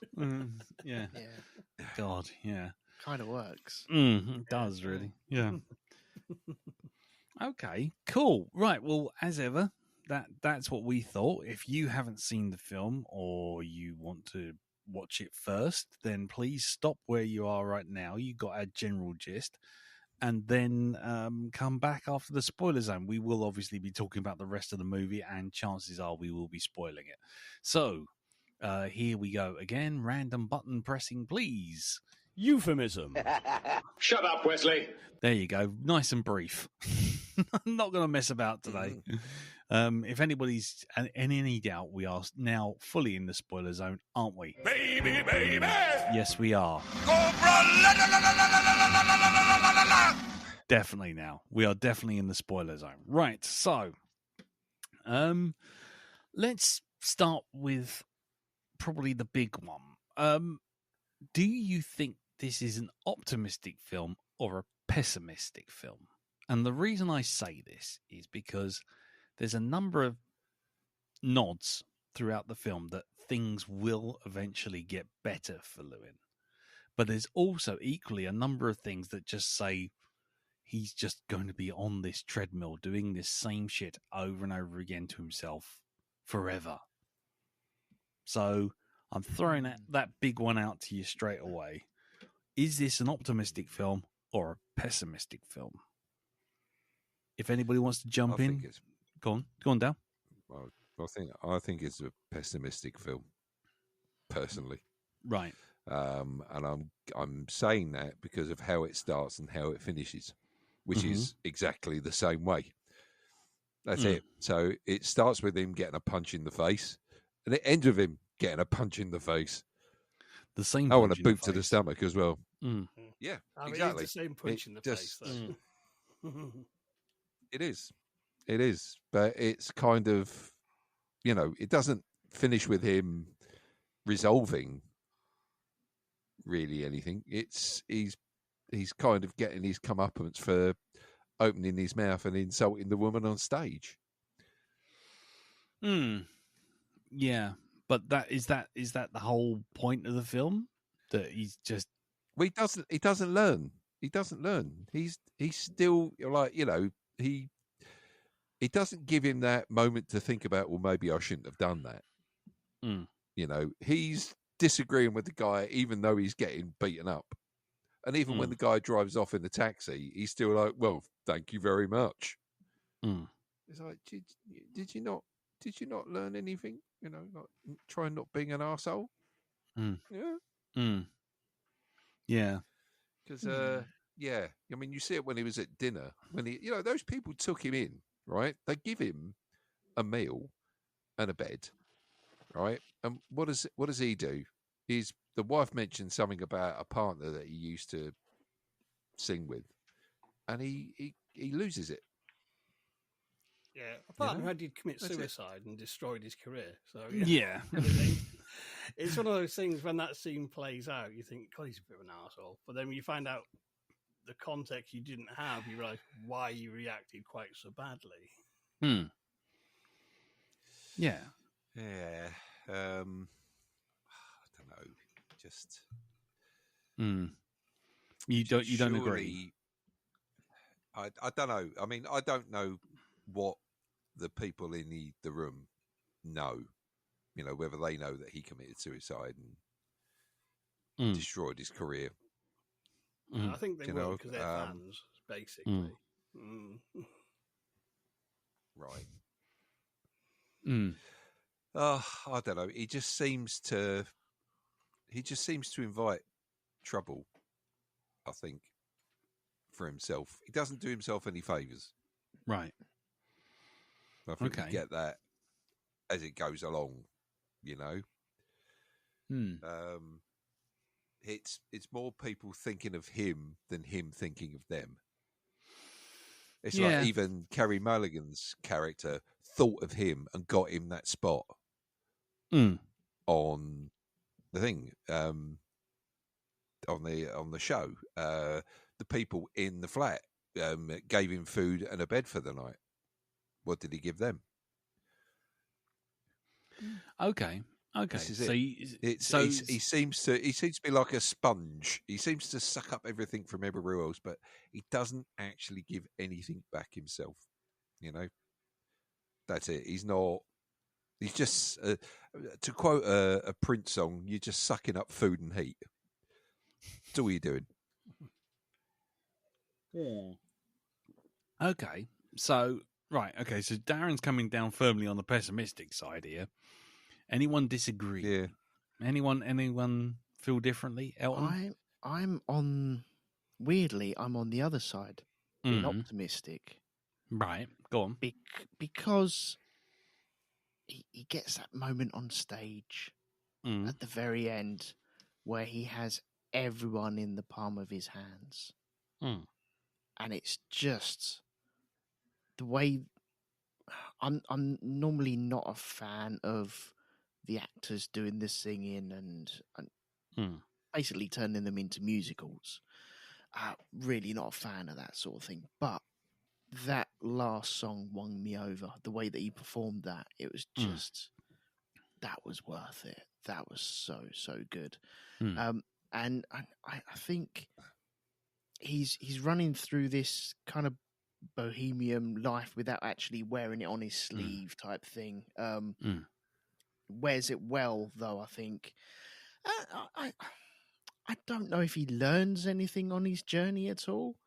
Because he kind of ends up back at exactly the same place, doesn't he? Just goes to Chicago and comes back, and that's all it is. That's the story. And there is no job over there, and so he comes home and tries to do the same thing. But the way I see it is he's gone through all of that. He's gone through the road trip. He's gone through losing the cat, finding the cat, getting it back, abusing people, coming back and making up with them as well. And yet he still gets that time on stage. So I'm seeing it as a positive thing of I don't really care where he goes from here, but I'm glad he made it to that moment where he got to do that gig and perform that at that moment. Right. So I see it as a positive. Okay. Which is really weird for me because I never look at positive stuff. Okay. Cool. What about you, Jim? I tend towards kind of the positive, although I would say it's more of an honest film than right. Optimistic or pessimistic. I think kind of at the end, I did think kind of like, so that's the end, is it? Oh, okay, all right. It's come it's come full circle. It's like Groundhog Day. They're like, oh no, the opening scene's a flash forward. Oh, I get it. And then it's kind of hang on. Well, let me get my mental ducks in the row. He's just had a storming gig at that club. Yeah. And basically, it's not only a storming gig, he's just opened for Bob Dylan. Yes. Who in 1961 is literally, that's his first performance in Greenwich Village. Yeah. After that, it's kind of, for all the manager going, I'm not sure about this folk scene stuff, it's going to go massive. In fact, the night before, it's already happening. There's a queue outside to get in that club. Yeah. And it is kind of,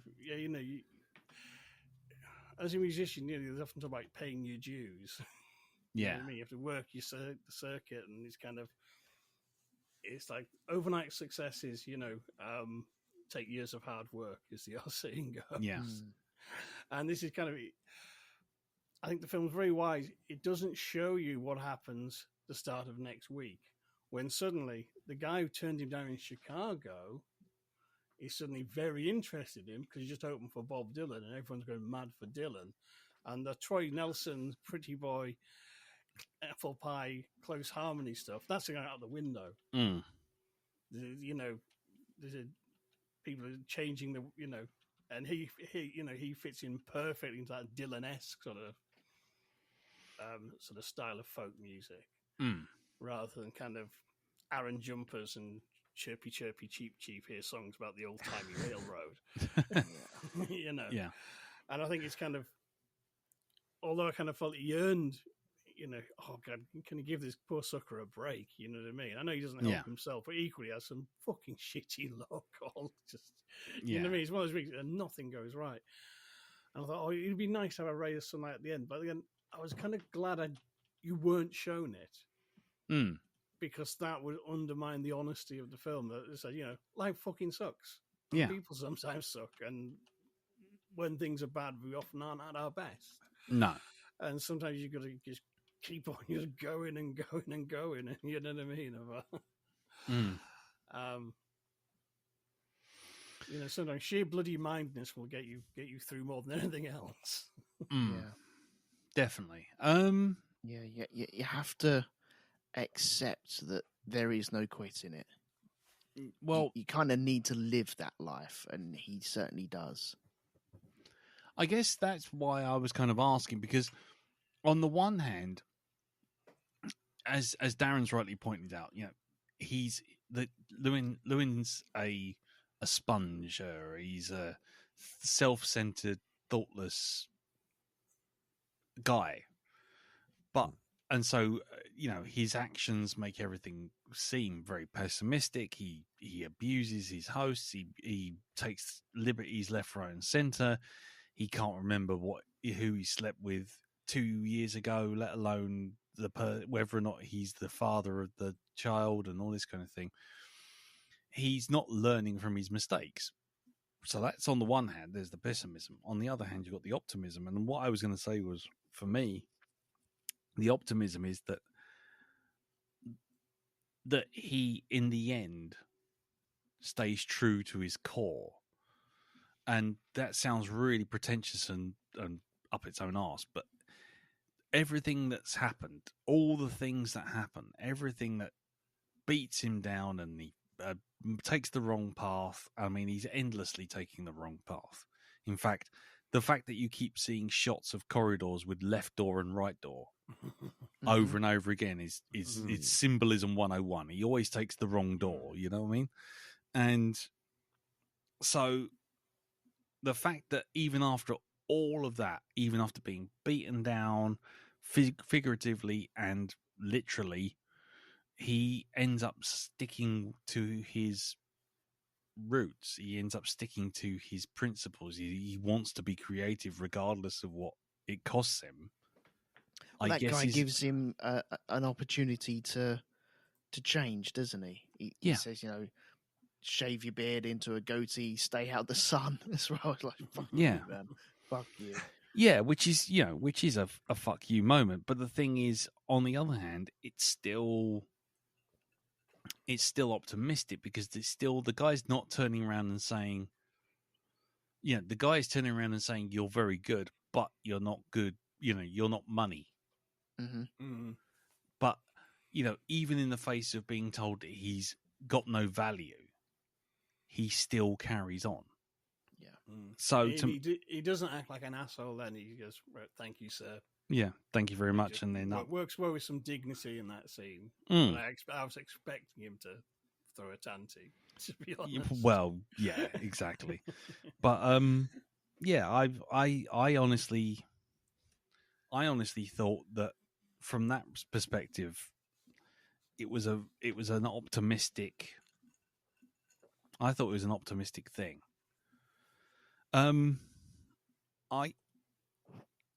I do wonder whether or not the whole making mistakes, endlessly being fucked over, missing the boat again, both figuratively and literally, with things like Dylan and all that kind of thing, whether or not that's supposed to be sort of like some sort of parable, like a Job kind of thing, that he goes on a journey and goes on a journey and he's constantly beaten down, but he never loses his faith. Does anyone have a thought about that? Yeah. See, now this is what I think I'm missing on it. It's really weird because I watched it, but I didn't. There was something missing when I was watching it. Didn't live it myself as well. And sometimes you put yourself in the position of the lead character, and you kind of live these movies. And this is one, I don't know whether it was the music or what, because I love this sort of stuff. But because I like it, I think I withdrew from it and actually watched it as a bit of art instead of going along for the ride with him. So I was like an audience watching him instead of being him, going along with it. So I'm glad we're having this discussion about it, because I know I'm going to come out of it loving it even more now. Okay. I know that. Okay. Cool. I mean, did anyone else see that as a thing? The Job thing, the fact that he was on this journey to constantly be tested, or I know you kind of see him as a bit of a selfish arsehole, Dal, but was there a point to it all, or was it just a comedy of errors of just constantly watching him being beaten down?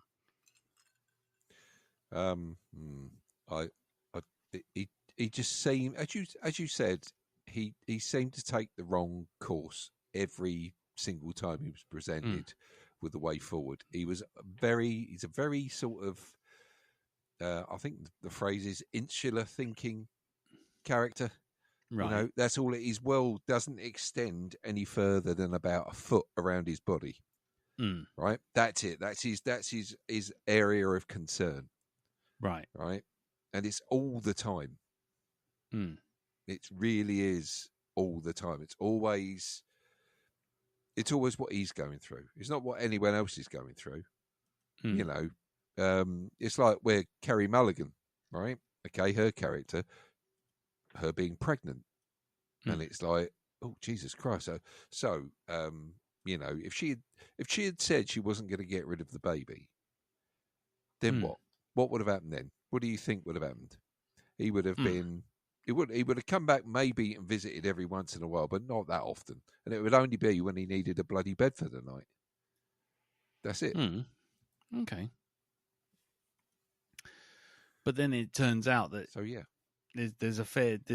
then it turns out there's a fair chance it isn't his baby anyway, because she slept with the with the manager of the club as well. Yeah. So so again it would the question suddenly becomes that wrong turn. The wrong turn is him almost engaging with it and not questioning it. See, I found that so dark. The way that she was discussing that of where if it's someone else's, I might keep it, but because it's yours, and there's a chance that it could be yours, and even if it's a 1% chance it's going to be yours, then yeah, I've got to get rid of it because you are such a fucking loser. Mm. And that's just criminally dark for my perspective. It is. Anyway. It's also very honest of her to say that, because she realises the way she's looking at it is, I've got to look after this baby and I need help. I'm not going to be able to do this by myself. And if it is someone else's, I'm probably going to have to be honest with the guy I'm going out with, and he may just up and fuck off. In which case, who am I relying on to give me a hand with this? You know, it's not going to be the guy that she's with, who's, you know, obviously Justin Timberlake. They're living Justin Timberlake, right? Who's living with her at the time. It's going to be the, you know, the main character who's off everywhere, who's more interested in getting his career off the ground than he is about anything else. That's it.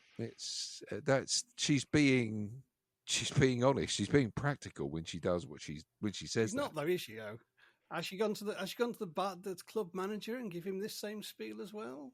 Yeah. If she slept with him, maybe it was such a forgettable experience. Yeah. Well, how many other people she fucking slept with? You know what I mean?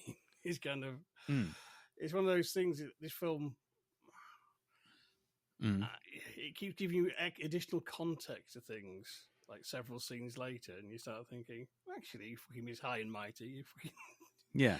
Why are you being so judgy? You know what I mean? So it isn't a case it takes two to tango. It takes at least 3 or 4 to tango, apparently, with Carey Mulligan. Yeah. It's like a 1 in 4 chance that we know of it could be his kid. Well, yeah, that's you know right. what I mean? And it's kind of like, fuck you, lady. Or no, don't fuck you, lady. Yeah.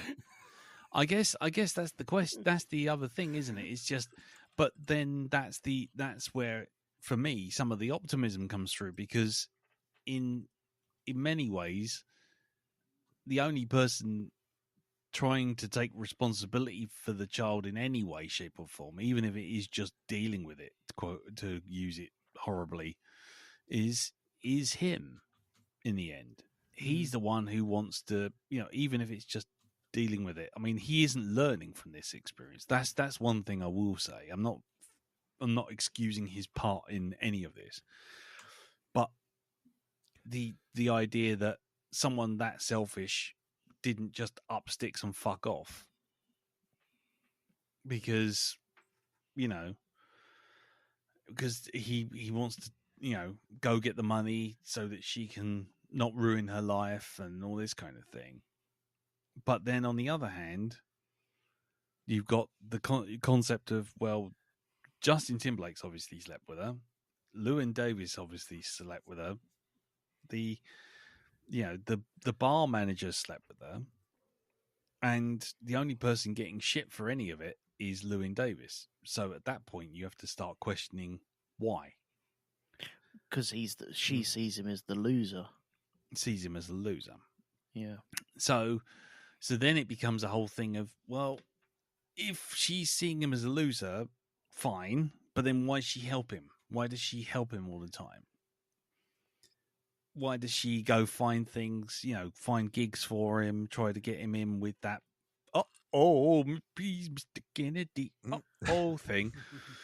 Why is she bothering with any of that if she finds him such an abhorrent asshole? Because I think there's something there that she loves. There's something there that she wants. And by her saying, I'm going to get rid of it, even though there's a possibility that it could be yours, she wants him to fight for that. And I get the feeling that she wants to kind of be with him, and you can't help but help the person that you want to be with.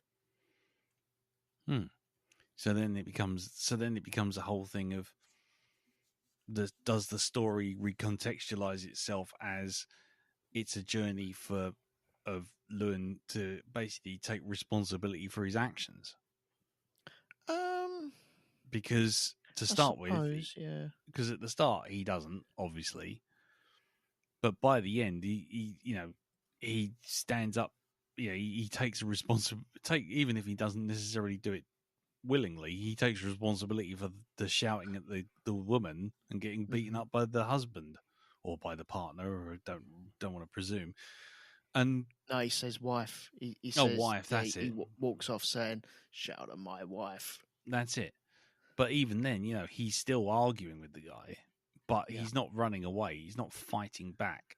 He's not doing any of that. He's just taking his lumps, for, if you know what I mean, and then sort of au revoir. Yeah, off you go. And so does it all count as a growth? Well, I think so. I mean, the thing is, when he's driving back, I mean, when he went to see his doctor friend, he learns out that his previous partner hadn't had the termination and not told him. And when he's driving back, he sees a road sign for Akron, which he knows that's where she is. And you can see him think, I could just pull off here and go and try and find her. But I think there he makes the right call of going, well, no, she obviously made a decision. Doesn't mean me in her life. She doesn't need me rocking up now. But is that the right decision? Drive on. At that moment, probably yes. Okay. I think it's kind of like, because he's in no state. He's in no state to be able to offer anything as a father. He's literally living hand to mouth. You know what I mean? And it's kind of, she didn't want to tell him. I should probably maybe just butt out of this. I shouldn't just go up and cause a scene, because what good is that going to do to anybody? Okay. Yeah. And it's also like it'll fuck up this other guy's life who he's driving his car from and getting him into more shit. So no, just carry on, job in hand, just drive on, keep on going. You know what I mean? This week has been enough chaos as it is. Yeah. Possibly the most sensible thing he did, or the best choice of the options, like the doors down the hallway. That was the good door to go through at that moment. Was it though? Because I mean, yeah. Because okay. Does anyone have a theory on the cat? Because I see that as whether that's his luck or whether that's his hope, and he's kind of lumbered with this burden that he's carrying around with him, and he doesn't really realize what it is, and ends up losing it, but ends up going back to the place where it returned to. Okay. Go on then, Dal. I can hear you humming. Yeah. Go on. So what do you Sorry, think? it's very hard to kind of cut in when you're slightly out of sync. No, that's full. That's cool. That's cool. Yeah. Anyone who's listening to this, if it does sound a little out of sync, yes, we are having an internet connection issue. But I will give Darren the time. I will give Darren time to respond. Go on. Okay. I see the cat as, in part, responsibility. And he wants to just drop that responsibility and go. That's why I see it. Mm-hmm. That's why he keeps trying to get rid of it. And when it gets hit, he doesn't really chase after it. He kind of just goes, well, it's crawled off into the hedge. I might as well just fuck off. And goes. It's that running away from it. And it's almost as if it returning is his conscious going, hello, remember these issues you've got to deal with? I'm the embodiment of those issues, and I'm here to remind you, you've still got those. You can't run away from them. No. Oh, okay. You can't do anything apart from deal with this issue. Okay. So, okay, you're responsible for me fucking off out the door. I'm just a dumb animal. That's it, You're supposed to keep the door shut and you let me go. You weren't watching what you were doing. Again, interested in your own little world. Okay. Jim, what do you think? Well, basically, cats are bastards. And if to quote the great Terry Pratchett, if they look like frogs, we wouldn't have them as pets, and we'd realise what nasty little buggers they are. Right. And they love nothing more than fucking with us. But I think the cat is something. Is kind of, I mean, you know, the cat gets out and he goes after it. If he was a total loser, he would have just strolled on. Right. He wouldn't have bothered. But he does. He chases after that cat. He carries the cat round with him. And it's kind of, I think the cat becomes symbolic on that drive back where he sees, or he thinks he sees, that cat run out in front of him. And I question whether it's just a similar looking cat or it is just a late night road hallucination. But that is kind of, I think that's sort of a significant sort of symbolic moment on that road trip home. And it is the cat. The cat is, I think, I'll say, the cat is responsibility. Okay. And he is willing to take responsibility for some things. You know what I mean? But it is kind of, when you don't know where your next dollar's coming from, or where you're going to sleep next. It's sometimes that's higher moral decisions are a bit tough when you're wondering where your next meal's coming from. That's a luxury judgment. But you know what I mean? The cat is sort of part of his redemption. Interesting. And it's like actually the Yuri's Raging Cat does find its own way home because cats are fuckers. You know what I mean? Basically. But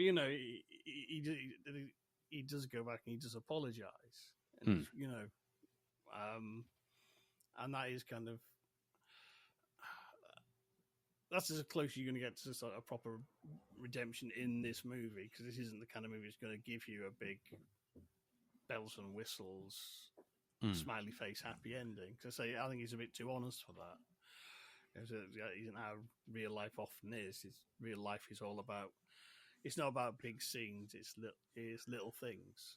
It's little moments that count. Yeah. Yeah, I guess it is about the responsibility, isn't it? Yeah, the way that he is so in his own little world, thinking about himself when he opens a window up for a smoke to let the smoke out, and it's all about him that moment, isn't it? And he sees a cat jump on him, and yet he still doesn't get it. And I was thinking, no, there's a window there. Cats love going out windows, and he only realizes when it's out and about, and he's like, "Oh fucking hell, you've got no chance, have you?" Although I don't know if the redemption thing works for me, because he doesn't get the cat home. He totally loses that cat. That he loses it out the window.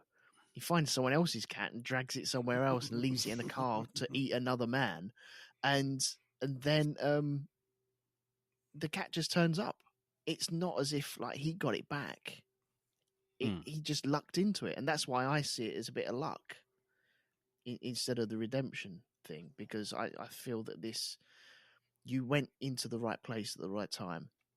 You chose the right thing to do with either going to see your ex or not, and you chose the right door at that moment, and your luck is with you now because the cat has turned up, and now you're in the right place to do the right thing and be in the right gig and be at the start of something. Okay. Yeah, that's how I see it anyway. Cool. Because I went purely down the symbolic route. I mean, I as soon as I knew it was a Coen's film, and as soon as I knew I wasn't getting it, I thought, well, I've got to start looking at the film as what bits are real, what bits represent something else. You know what I mean? It's kind of like you have to sort of sit there with a notepad almost. And I kind of came to the conclusion, especially once you know the cat's name, that the actual cat is him, is Llewyn. It's his soul. Okay. Oh, interesting. Like it. And basically, it's skittish. It doesn't stay in one place for any particular length of time. He clings onto it as much as he can, but it's still getting away from him. It still wants to go off and do its own thing, even though it's not against its best interest to do so. And the bit when he's on like the subway train, yeah. And this was when I started going, oh, hang on, this cat's not just a cat. When you see the cat and the cat's looking out of the window at all the train stations going past, yeah. Mm-hmm. The cat's reflected in the window. Llewyn isn't. Oh, I didn't spot that. The people on the other side of the carriage are. The cat is, but Llewyn isn't. He isn't there. Oh, really? Okay. That's good. So then you get into this whole thing of, well, what does the cat represent? Well, it's just the skittish nature. It's what is a cat? It's selfish. It's self-centered. It does what it needs to do to survive, but it will take affection where it's given. It will take comfort where it's given, but it wants to be somewhere else, do its own thing. So to me, that's what the cat represents, because as much as anything, the cat goes away, he loses the cat skitters off and does its own thing. He finds the other cat, he takes that, but that's not his cat, that's not him. And we know that. And so everything goes horribly wrong for him, because he's basically got the wrong soul. He's out of whack with himself. He hasn't got testicles, was it? Oh, Isn't it? okay, yeah. You know, he's lost his spirit. That's why he loses his pieces. It all fits. Yeah. And then when he's at his lowest ebb, when he's driving back to New York, he hits a cat. He hurts a cat. It's broken. It damages. It slinks away. It may even be the same cat as he abandoned with John Goodman. And he just realizes that it's broken. It can't be saved. So he just leaves it. He just leaves it be. His head in with a brick. Well, yeah, maybe. But then the bit that finally did it for me, the bit that finally just went, there you go, is he goes past the cinema and he sees in the window, what's the film? The Incredible Journey. Yes. Which is which is the story about a cat that gets lost, goes on a massive journey and finds its way back home to where it's loved. Yeah? And what happens with Llewyn by the end? He's found his way back to the Gorfins or whatever they're called. Bloody, was it Neelix? Found his way back to found their way back to that house, where even though he's done the human equivalent of a cat shitting on a carpet, they still love him. They still want him back, regardless of what he's done, and they welcome him back. And there's the cat. The cat's come back of its own accord, as he does. So, okay. And then you find out that the cat's name is Ulysses. And Ulysses is a story by James Joyce, which is an adventure of a guy who just goes off for wandering in no particular direction. And he has all sorts of adventures and mad and wacky things. And he comes across weird and various characters and eventually runs a circular route back to where he starts. Oh, okay, right. Yep. Boom, microphone dropped. Thank you, and I'm out. Yep. No, I want to see this right now. Right, I'm off. I'm going to put it back on again. So the cat is his soul. This is what I like. Oh, found another gem. Well done, Jim. My pleasure. So there you go. I was waiting. I had it in my hands. I was ready to go with it. I was just hoping that one of you guys would drop it, and you didn't. And I'm like, yes, I can go full tinfoil hat. Rah! Accept my tinfoil hat theories. No, I think that's a damn good one. I like that. Thank you. Thank you. Because the cat's on the poster as well. Mm. It's like a very integral.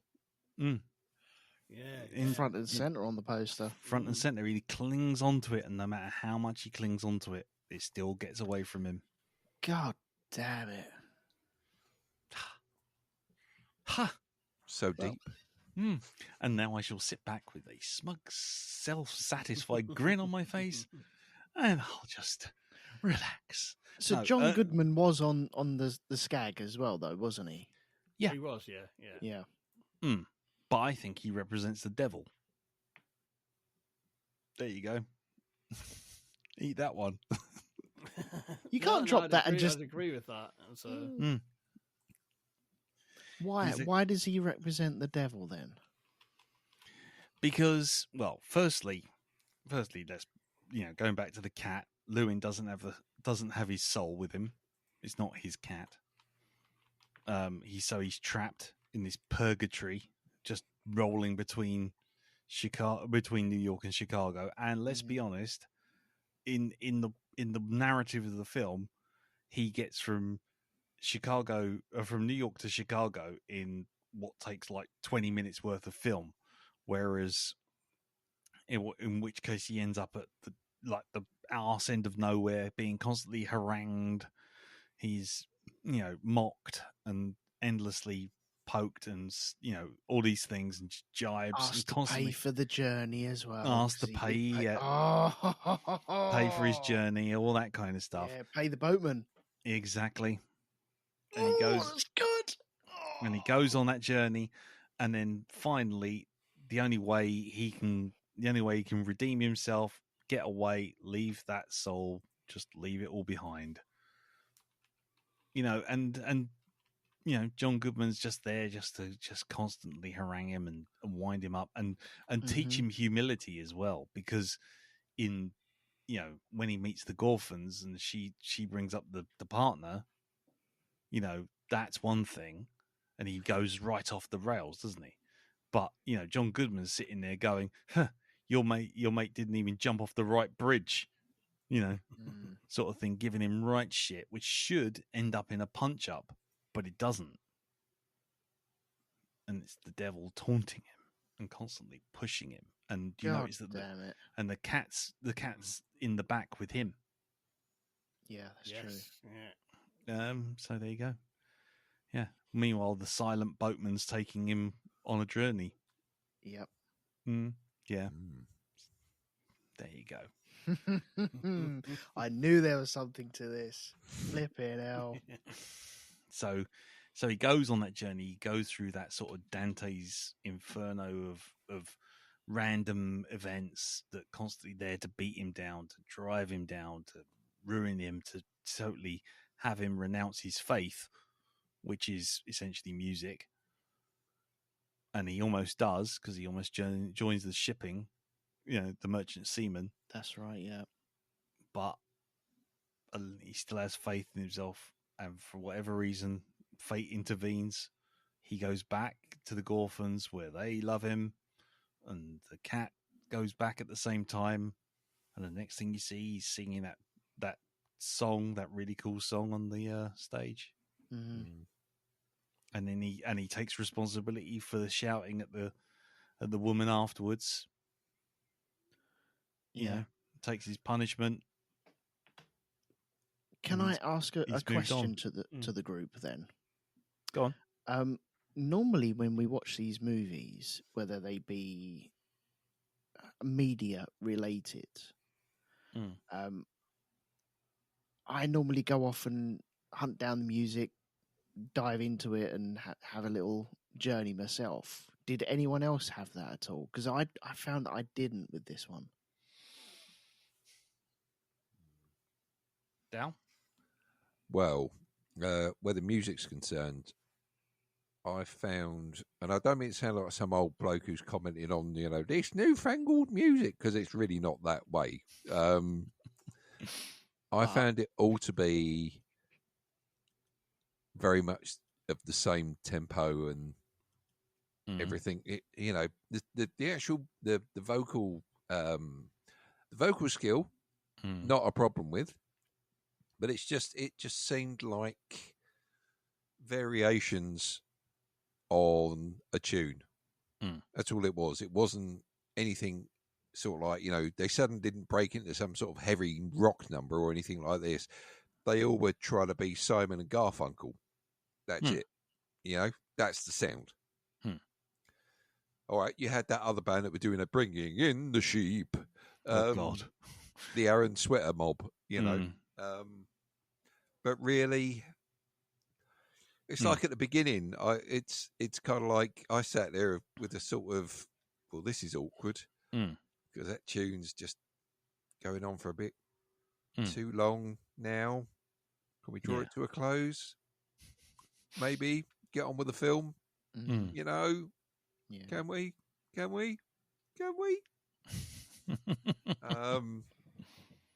That was a little bit off-putting, where it kind of goes into a bit of self-indulgence with the length for some of the tracks. It's like, oh man, I mean, don't get me wrong, beautiful singing, but this is not keeping my attention.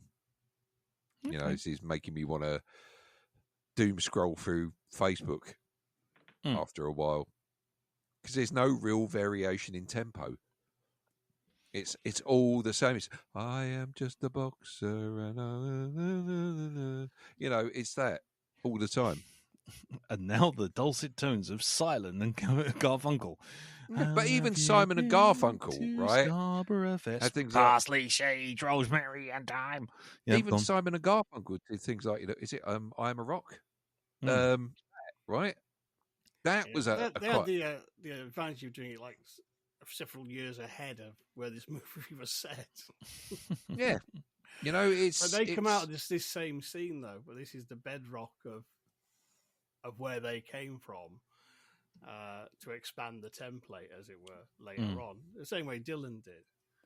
But it's just one of those. It's just a snapshot. That's how the music it was at the time, and it is true to the period. If you know what I mean, that's. I think a lot of kind of genre stuff as well. Though a lot of genre music does tend to be of the same ilk, which is why it's a genre. If you know what I mean. Yeah, but with things like rock, you've got varying tempos. You've got varying. It's you can tell the difference between tracks. Not all of them sound like it's the same tune almost, but with a different person singing it. There's a marked difference. You can get slow rock, you can get faster rock. This kind of stuff. But that's folk. I don't know. Yeah, I don't know. Maybe this is why I don't listen to that much folk from that period of time. I mean, now it developed as a genre much better. They started taking it in different directions, and thank God they did, because if they hadn't have done, then I think this might have been buried and lost. I know what you mean, because I think if you don't sit down and concentrate and listen to it, then a lot of it could just sound the same. Like, I don't know, people just judge rap as rap is just rap. But there's so many different nuances. Just young men banging dustbins and shouting at each other. That's exactly what it is, yeah.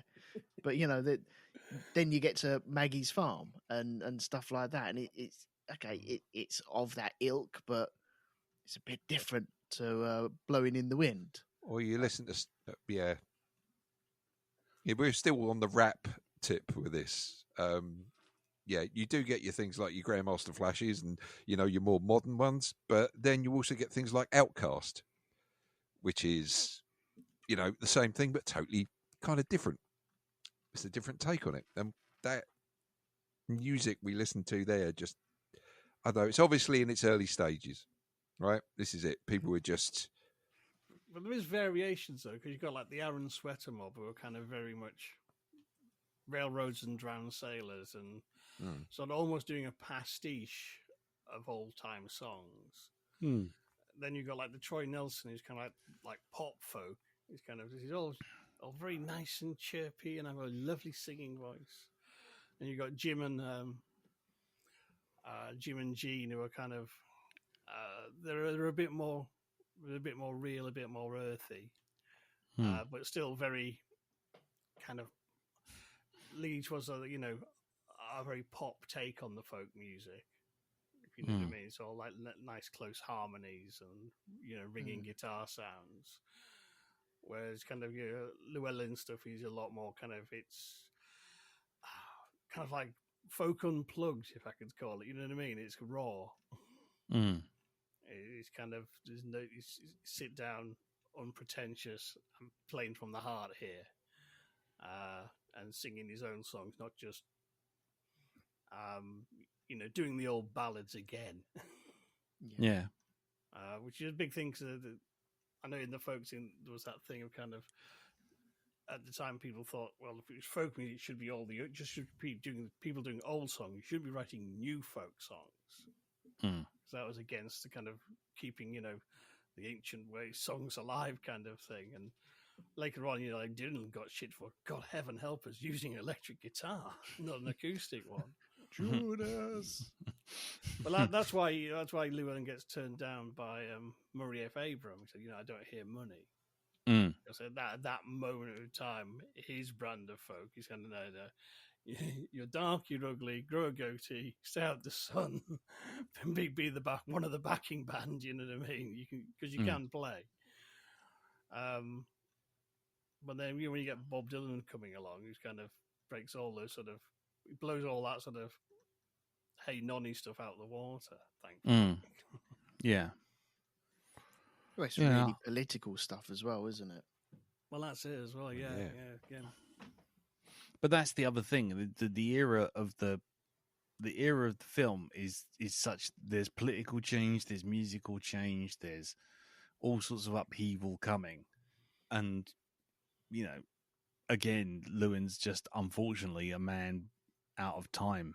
He's just taking the wrong turn by choosing folk just when folk's about to change and turn into something entirely different. But again, it adds to the hopefulness that things are about to change for the better, and he's starting to change to the better himself. So you can see a sort of optimism in that. I mean, okay, so Darren, you said it was a pessimistic movie. Now that we've discussed it, do you still feel that way?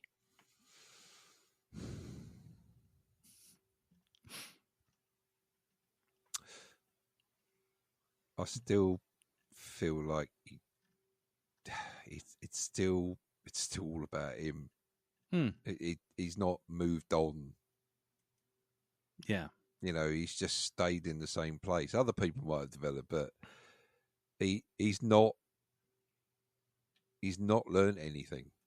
He's not changed as a person. He's still him. So, I don't know.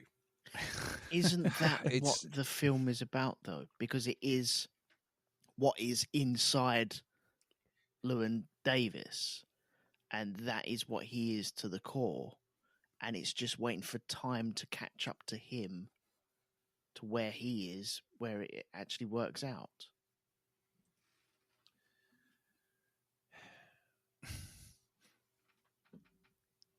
That's it's like saying he's an artist ahead of his time. It's is he though? Right. Because that's the only reason I can see time having to catch up with him is that he's kind of stumbled upon something that nobody else has, but to me, he's just like all the others. That's it. He's, you got Dylan, as Jim pointed out, is sat on stage, who, he became obviously very successful. Right? I mean, of course, we don't know where in this universe. I mean, because the guy that Oscar Isaacs plays, I take it this film he's a totally fictional character, isn't he? Yeah, but he's based on the memoirs of another folk singer. Right, and where's that folk singer? Oh, well, he's dead now. Did he become uber famous or turned into a cat? Yeah. So the three-legged cat is America. Yes. three-legged cat is folk music. Ah, right, got you. No, go on. I mean, it was loosely based on a guy, but it's kind of like inspired by his memoirs about the Greenwich Village scene, where people were just sleeping on each other's sofas and having these terrible record deals with completely out of touch record companies who didn't know what they were doing, and you'd end up just with a box of your own bloody records. Oh, Shroop. Shroop. I'm going to get that. I'm going to start sticking that in there. It's going to be one of my jingle sounds. I'm going to start using it. Oh, Shroop. You could have actually just interspersed that randomly throughout conversations we were having. It just, a distant Adam Driver just going, boop, boop, shroop, beep, shroop, boop, boop, boop, shut up, burp. Okay, so we've kind of come to the conclusion that you still don't think he's changed much, Dal. That's cool. No, that's cool. I don't think he has, because he's going to still make those. He's still going to do the same things that he's always done, and he's still going to put his foot in it all the time. He's still going to. He's not learned anything about being subtle in certain situations. How to react, when to kind of hold back, and when to go full throttle. No, I'd argue he does. He doesn't kick off when he gets rejected by Murray F. Abram, and he doesn't kick off when he's being poked by John the devil. He doesn't. He gives him. He threatens him. But he doesn't go into it. Doesn't go into one like he did with the. Well, that would mean he would have died because he was driving the car at the time. So, do we really know what he would have done if he hadn't have had the steering wheel? Don't know. Self-preservation again. Yeah, but there's also the idea that maybe he could use the brakes if he was that bothered. Or he's in control. In the middle of the motor, in the middle of a freeway. What, put the brakes on the car and just stop it in the middle of the freeway? And you could have pulled over and lamped him. Could have. He could have turned into a butterfly. He could have flown away. But okie dokie. Well, I tell you what. Let's throw that out to the group when anyone does feedback. Does anyone do people think that Llewyn's grown, or do they feel that he's a stagnant, self-hating, narcissistic asshole who's always going to make the same mistakes? And please show your working out as well. Yeah, and it's the three-legged cat America. Right. Neil Diamond. Maybe it's Neil Diamond. Maybe that's probably what it is. Yeah. Oh man, there you go. It's a new level of conversation. There you go. Was Neil Diamond hot in the folk scene, or did he just move on? I think he was. Maybe that's where he got the idea when he transformed into a cat, like he normally does. Maybe this is where he got the idea for Solitary Man. Yeah. And he just changed the name of the woman. Belinda was mine till the time when I found her, loving Jim. Yeah, holding him. And Sue came along. No, I'm not going to go there. Just like a song. Anyway, never mind. We'll stop there. Anyone got anything additional they'd like to add? Because I'm very acutely aware of the time. No, I'm good. Good choice, though. Are you feeling a bit more positive about the film? Oh, now? So much more now. Yes, there was something, and it's all clicked in now. So, I'm well up for this film. Okay, I've tuned into your conspiracy theory, have I? Love it. Nice. Well, you're welcome. You're very welcome. Jim, anything additional you'd like to add, sir? No, and I'll leave that there. So. Okie dokie. It's midnight. I am dating returning to a pumpkin.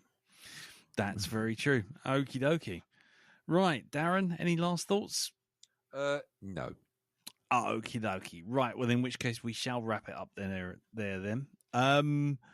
If, as ever, if you have any thoughts, leave comments on the Facebook group, which is facebook.com/group/the Black Dog Podcast, or send us some feedback into feedback@blackdogpodcast.com. Right, before we go to Pimp's Corner and then say goodnight, it's time for me to announce the film that we're going to be doing next week. Now, I've got two here. I'm not going to make you choose. I'm going to have to make a choice myself. But I will take guidance. I've seen neither of them. I have seen. I will say that straight away. They are both not bad films by according to reviews. One's a bit more quirky than the other. I'm trying to work out which one I'm going to go for. I don't really know. Actually, I'll tell you what. Seeing as it links nicely in with this film, I'm going to go for this one. So, okay, right, fine. I haven't seen this film. I will admit that right up front. It is available on Amazon Prime. It is a film that stars Oscar Isaac and it stars Carey Mulligan. So there you can see the link straight away. So there you go. Right. But it also stars Ryan Gosling. And it is Drive. Right. Drive. Now, I kept thinking I'd seen this film. I honestly have, because there's been so many people show bits of artwork with hammers and whatnot, and I just have not the first foggiest clue, but I feel like I've seen this film, but I haven't. I know for a fact I haven't. It's available on Amazon Prime. It also stars Bryan Cranston and Albert Brooks and Ron Perlman and Christina Hendricks. So, quite the cast. From 2011. Has anyone seen Drive? I have. You have. Mm. Are you looking forward to seeing Drive, Jim? Actually, whilst I've been back to it, I'm very intrigued to go back to it. Okay. Fair enough. I like the score as well. I remember that much. Okie dokie.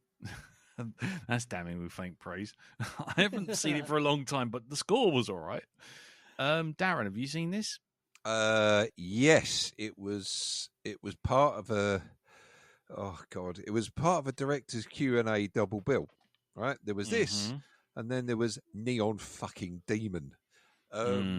So this was obviously the much more pleasurable out of the two films, but it's also during Ryan Gosling's typecast phase where he was being cast as the stoic, one expressioned type of character. Okay. Until he did Good Guys. And then, things kind of changed. Then comedy became his thing. Indeed. Okie dokie. What about you, Elton? No, I've been meaning to see this for some time, but no, I haven't seen it. Okay. It's a mystery monocle for me. It is definitely a mystery monocle for me too. Like I say, I feel like I've seen it, and I may have even said that I've seen it somewhere, but I genuinely haven't. It's one of those films, it's sort of like it's iconic in places, and you just go, oh yeah, that's Drive. I've seen that. And he's got the scorpion jacket on the back, and then I think, have I actually seen it? No, I don't think I have. So there you go. So we will be watching when we return Drive. Apparently, it's a blood-pumping thrill ride of a movie. Make of that what you will. I've got no idea. Right, so there you go. We'll leave it there. And we'll go over to Pimp's Corner, and we will find out what is going on in the land of Hypnagogia. Jim? Well, this week I've just read a story by Sir Arthur Conan Doyle, The Horror of the Heights, which is a very fine tale and probably an influence on Jordan Peele's Nope. Oh, right. And this week I'm back to kaiju history, talking about the early movies of Willis O'Brien leading up to the creation of King Kong. Right. Excellent. Okie dokie. And what's happening over at Rogue 2 Media, Elton? Myself and Andy are talking about cars going round in circles, and also we continue our adventure on the Band of Brothers. Nice. Righty-o. Cool. And Darren? I'm going to ask. I always ask. Yep. No, nothing really. That's it. Available for weddings and bar mitzvahs and children's parties and IT support if someone's printer breaks. Punch and Judy, that kind of thing. Right. Close-up table magic. David Blaine. Yeah, star man. Yeah, I'm a being. Yeah. Is that how David Blaine talks? That is how David Blaine talks. Yeah. Okay. Right. Right. Okay. Yes. So many questions. I don't even know where to begin. I'm just going to leave it there. David Blaine, who sounds remarkably like a very slowed down Barry White, but let's leave it there. Right. Okay. So brilliant. That's it then. We need to leave you all with a phrase. Last week's one, catching a bus with my teeth, obviously didn't get the traction that the other ones did because I think I was too mumbly at that point. So let's think. What could we have?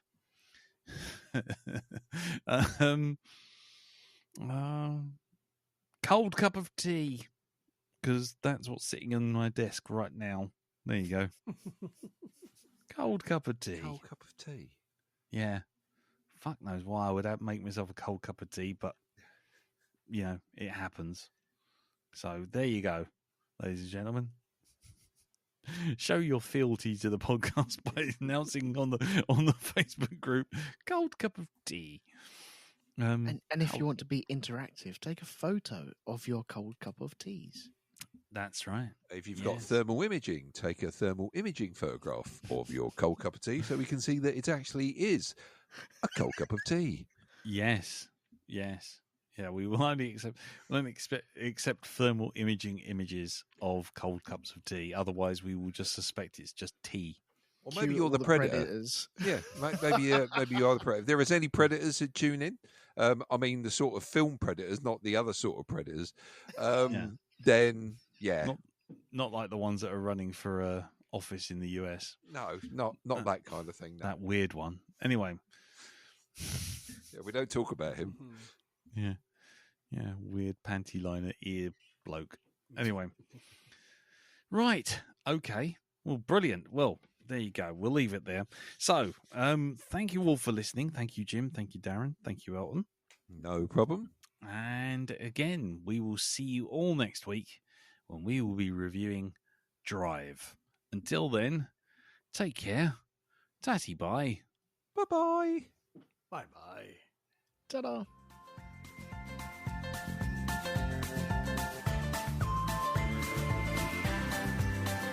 There's a voice that keeps on calling me. Down the road, it's where I'll always be. Every stop I make a new friend.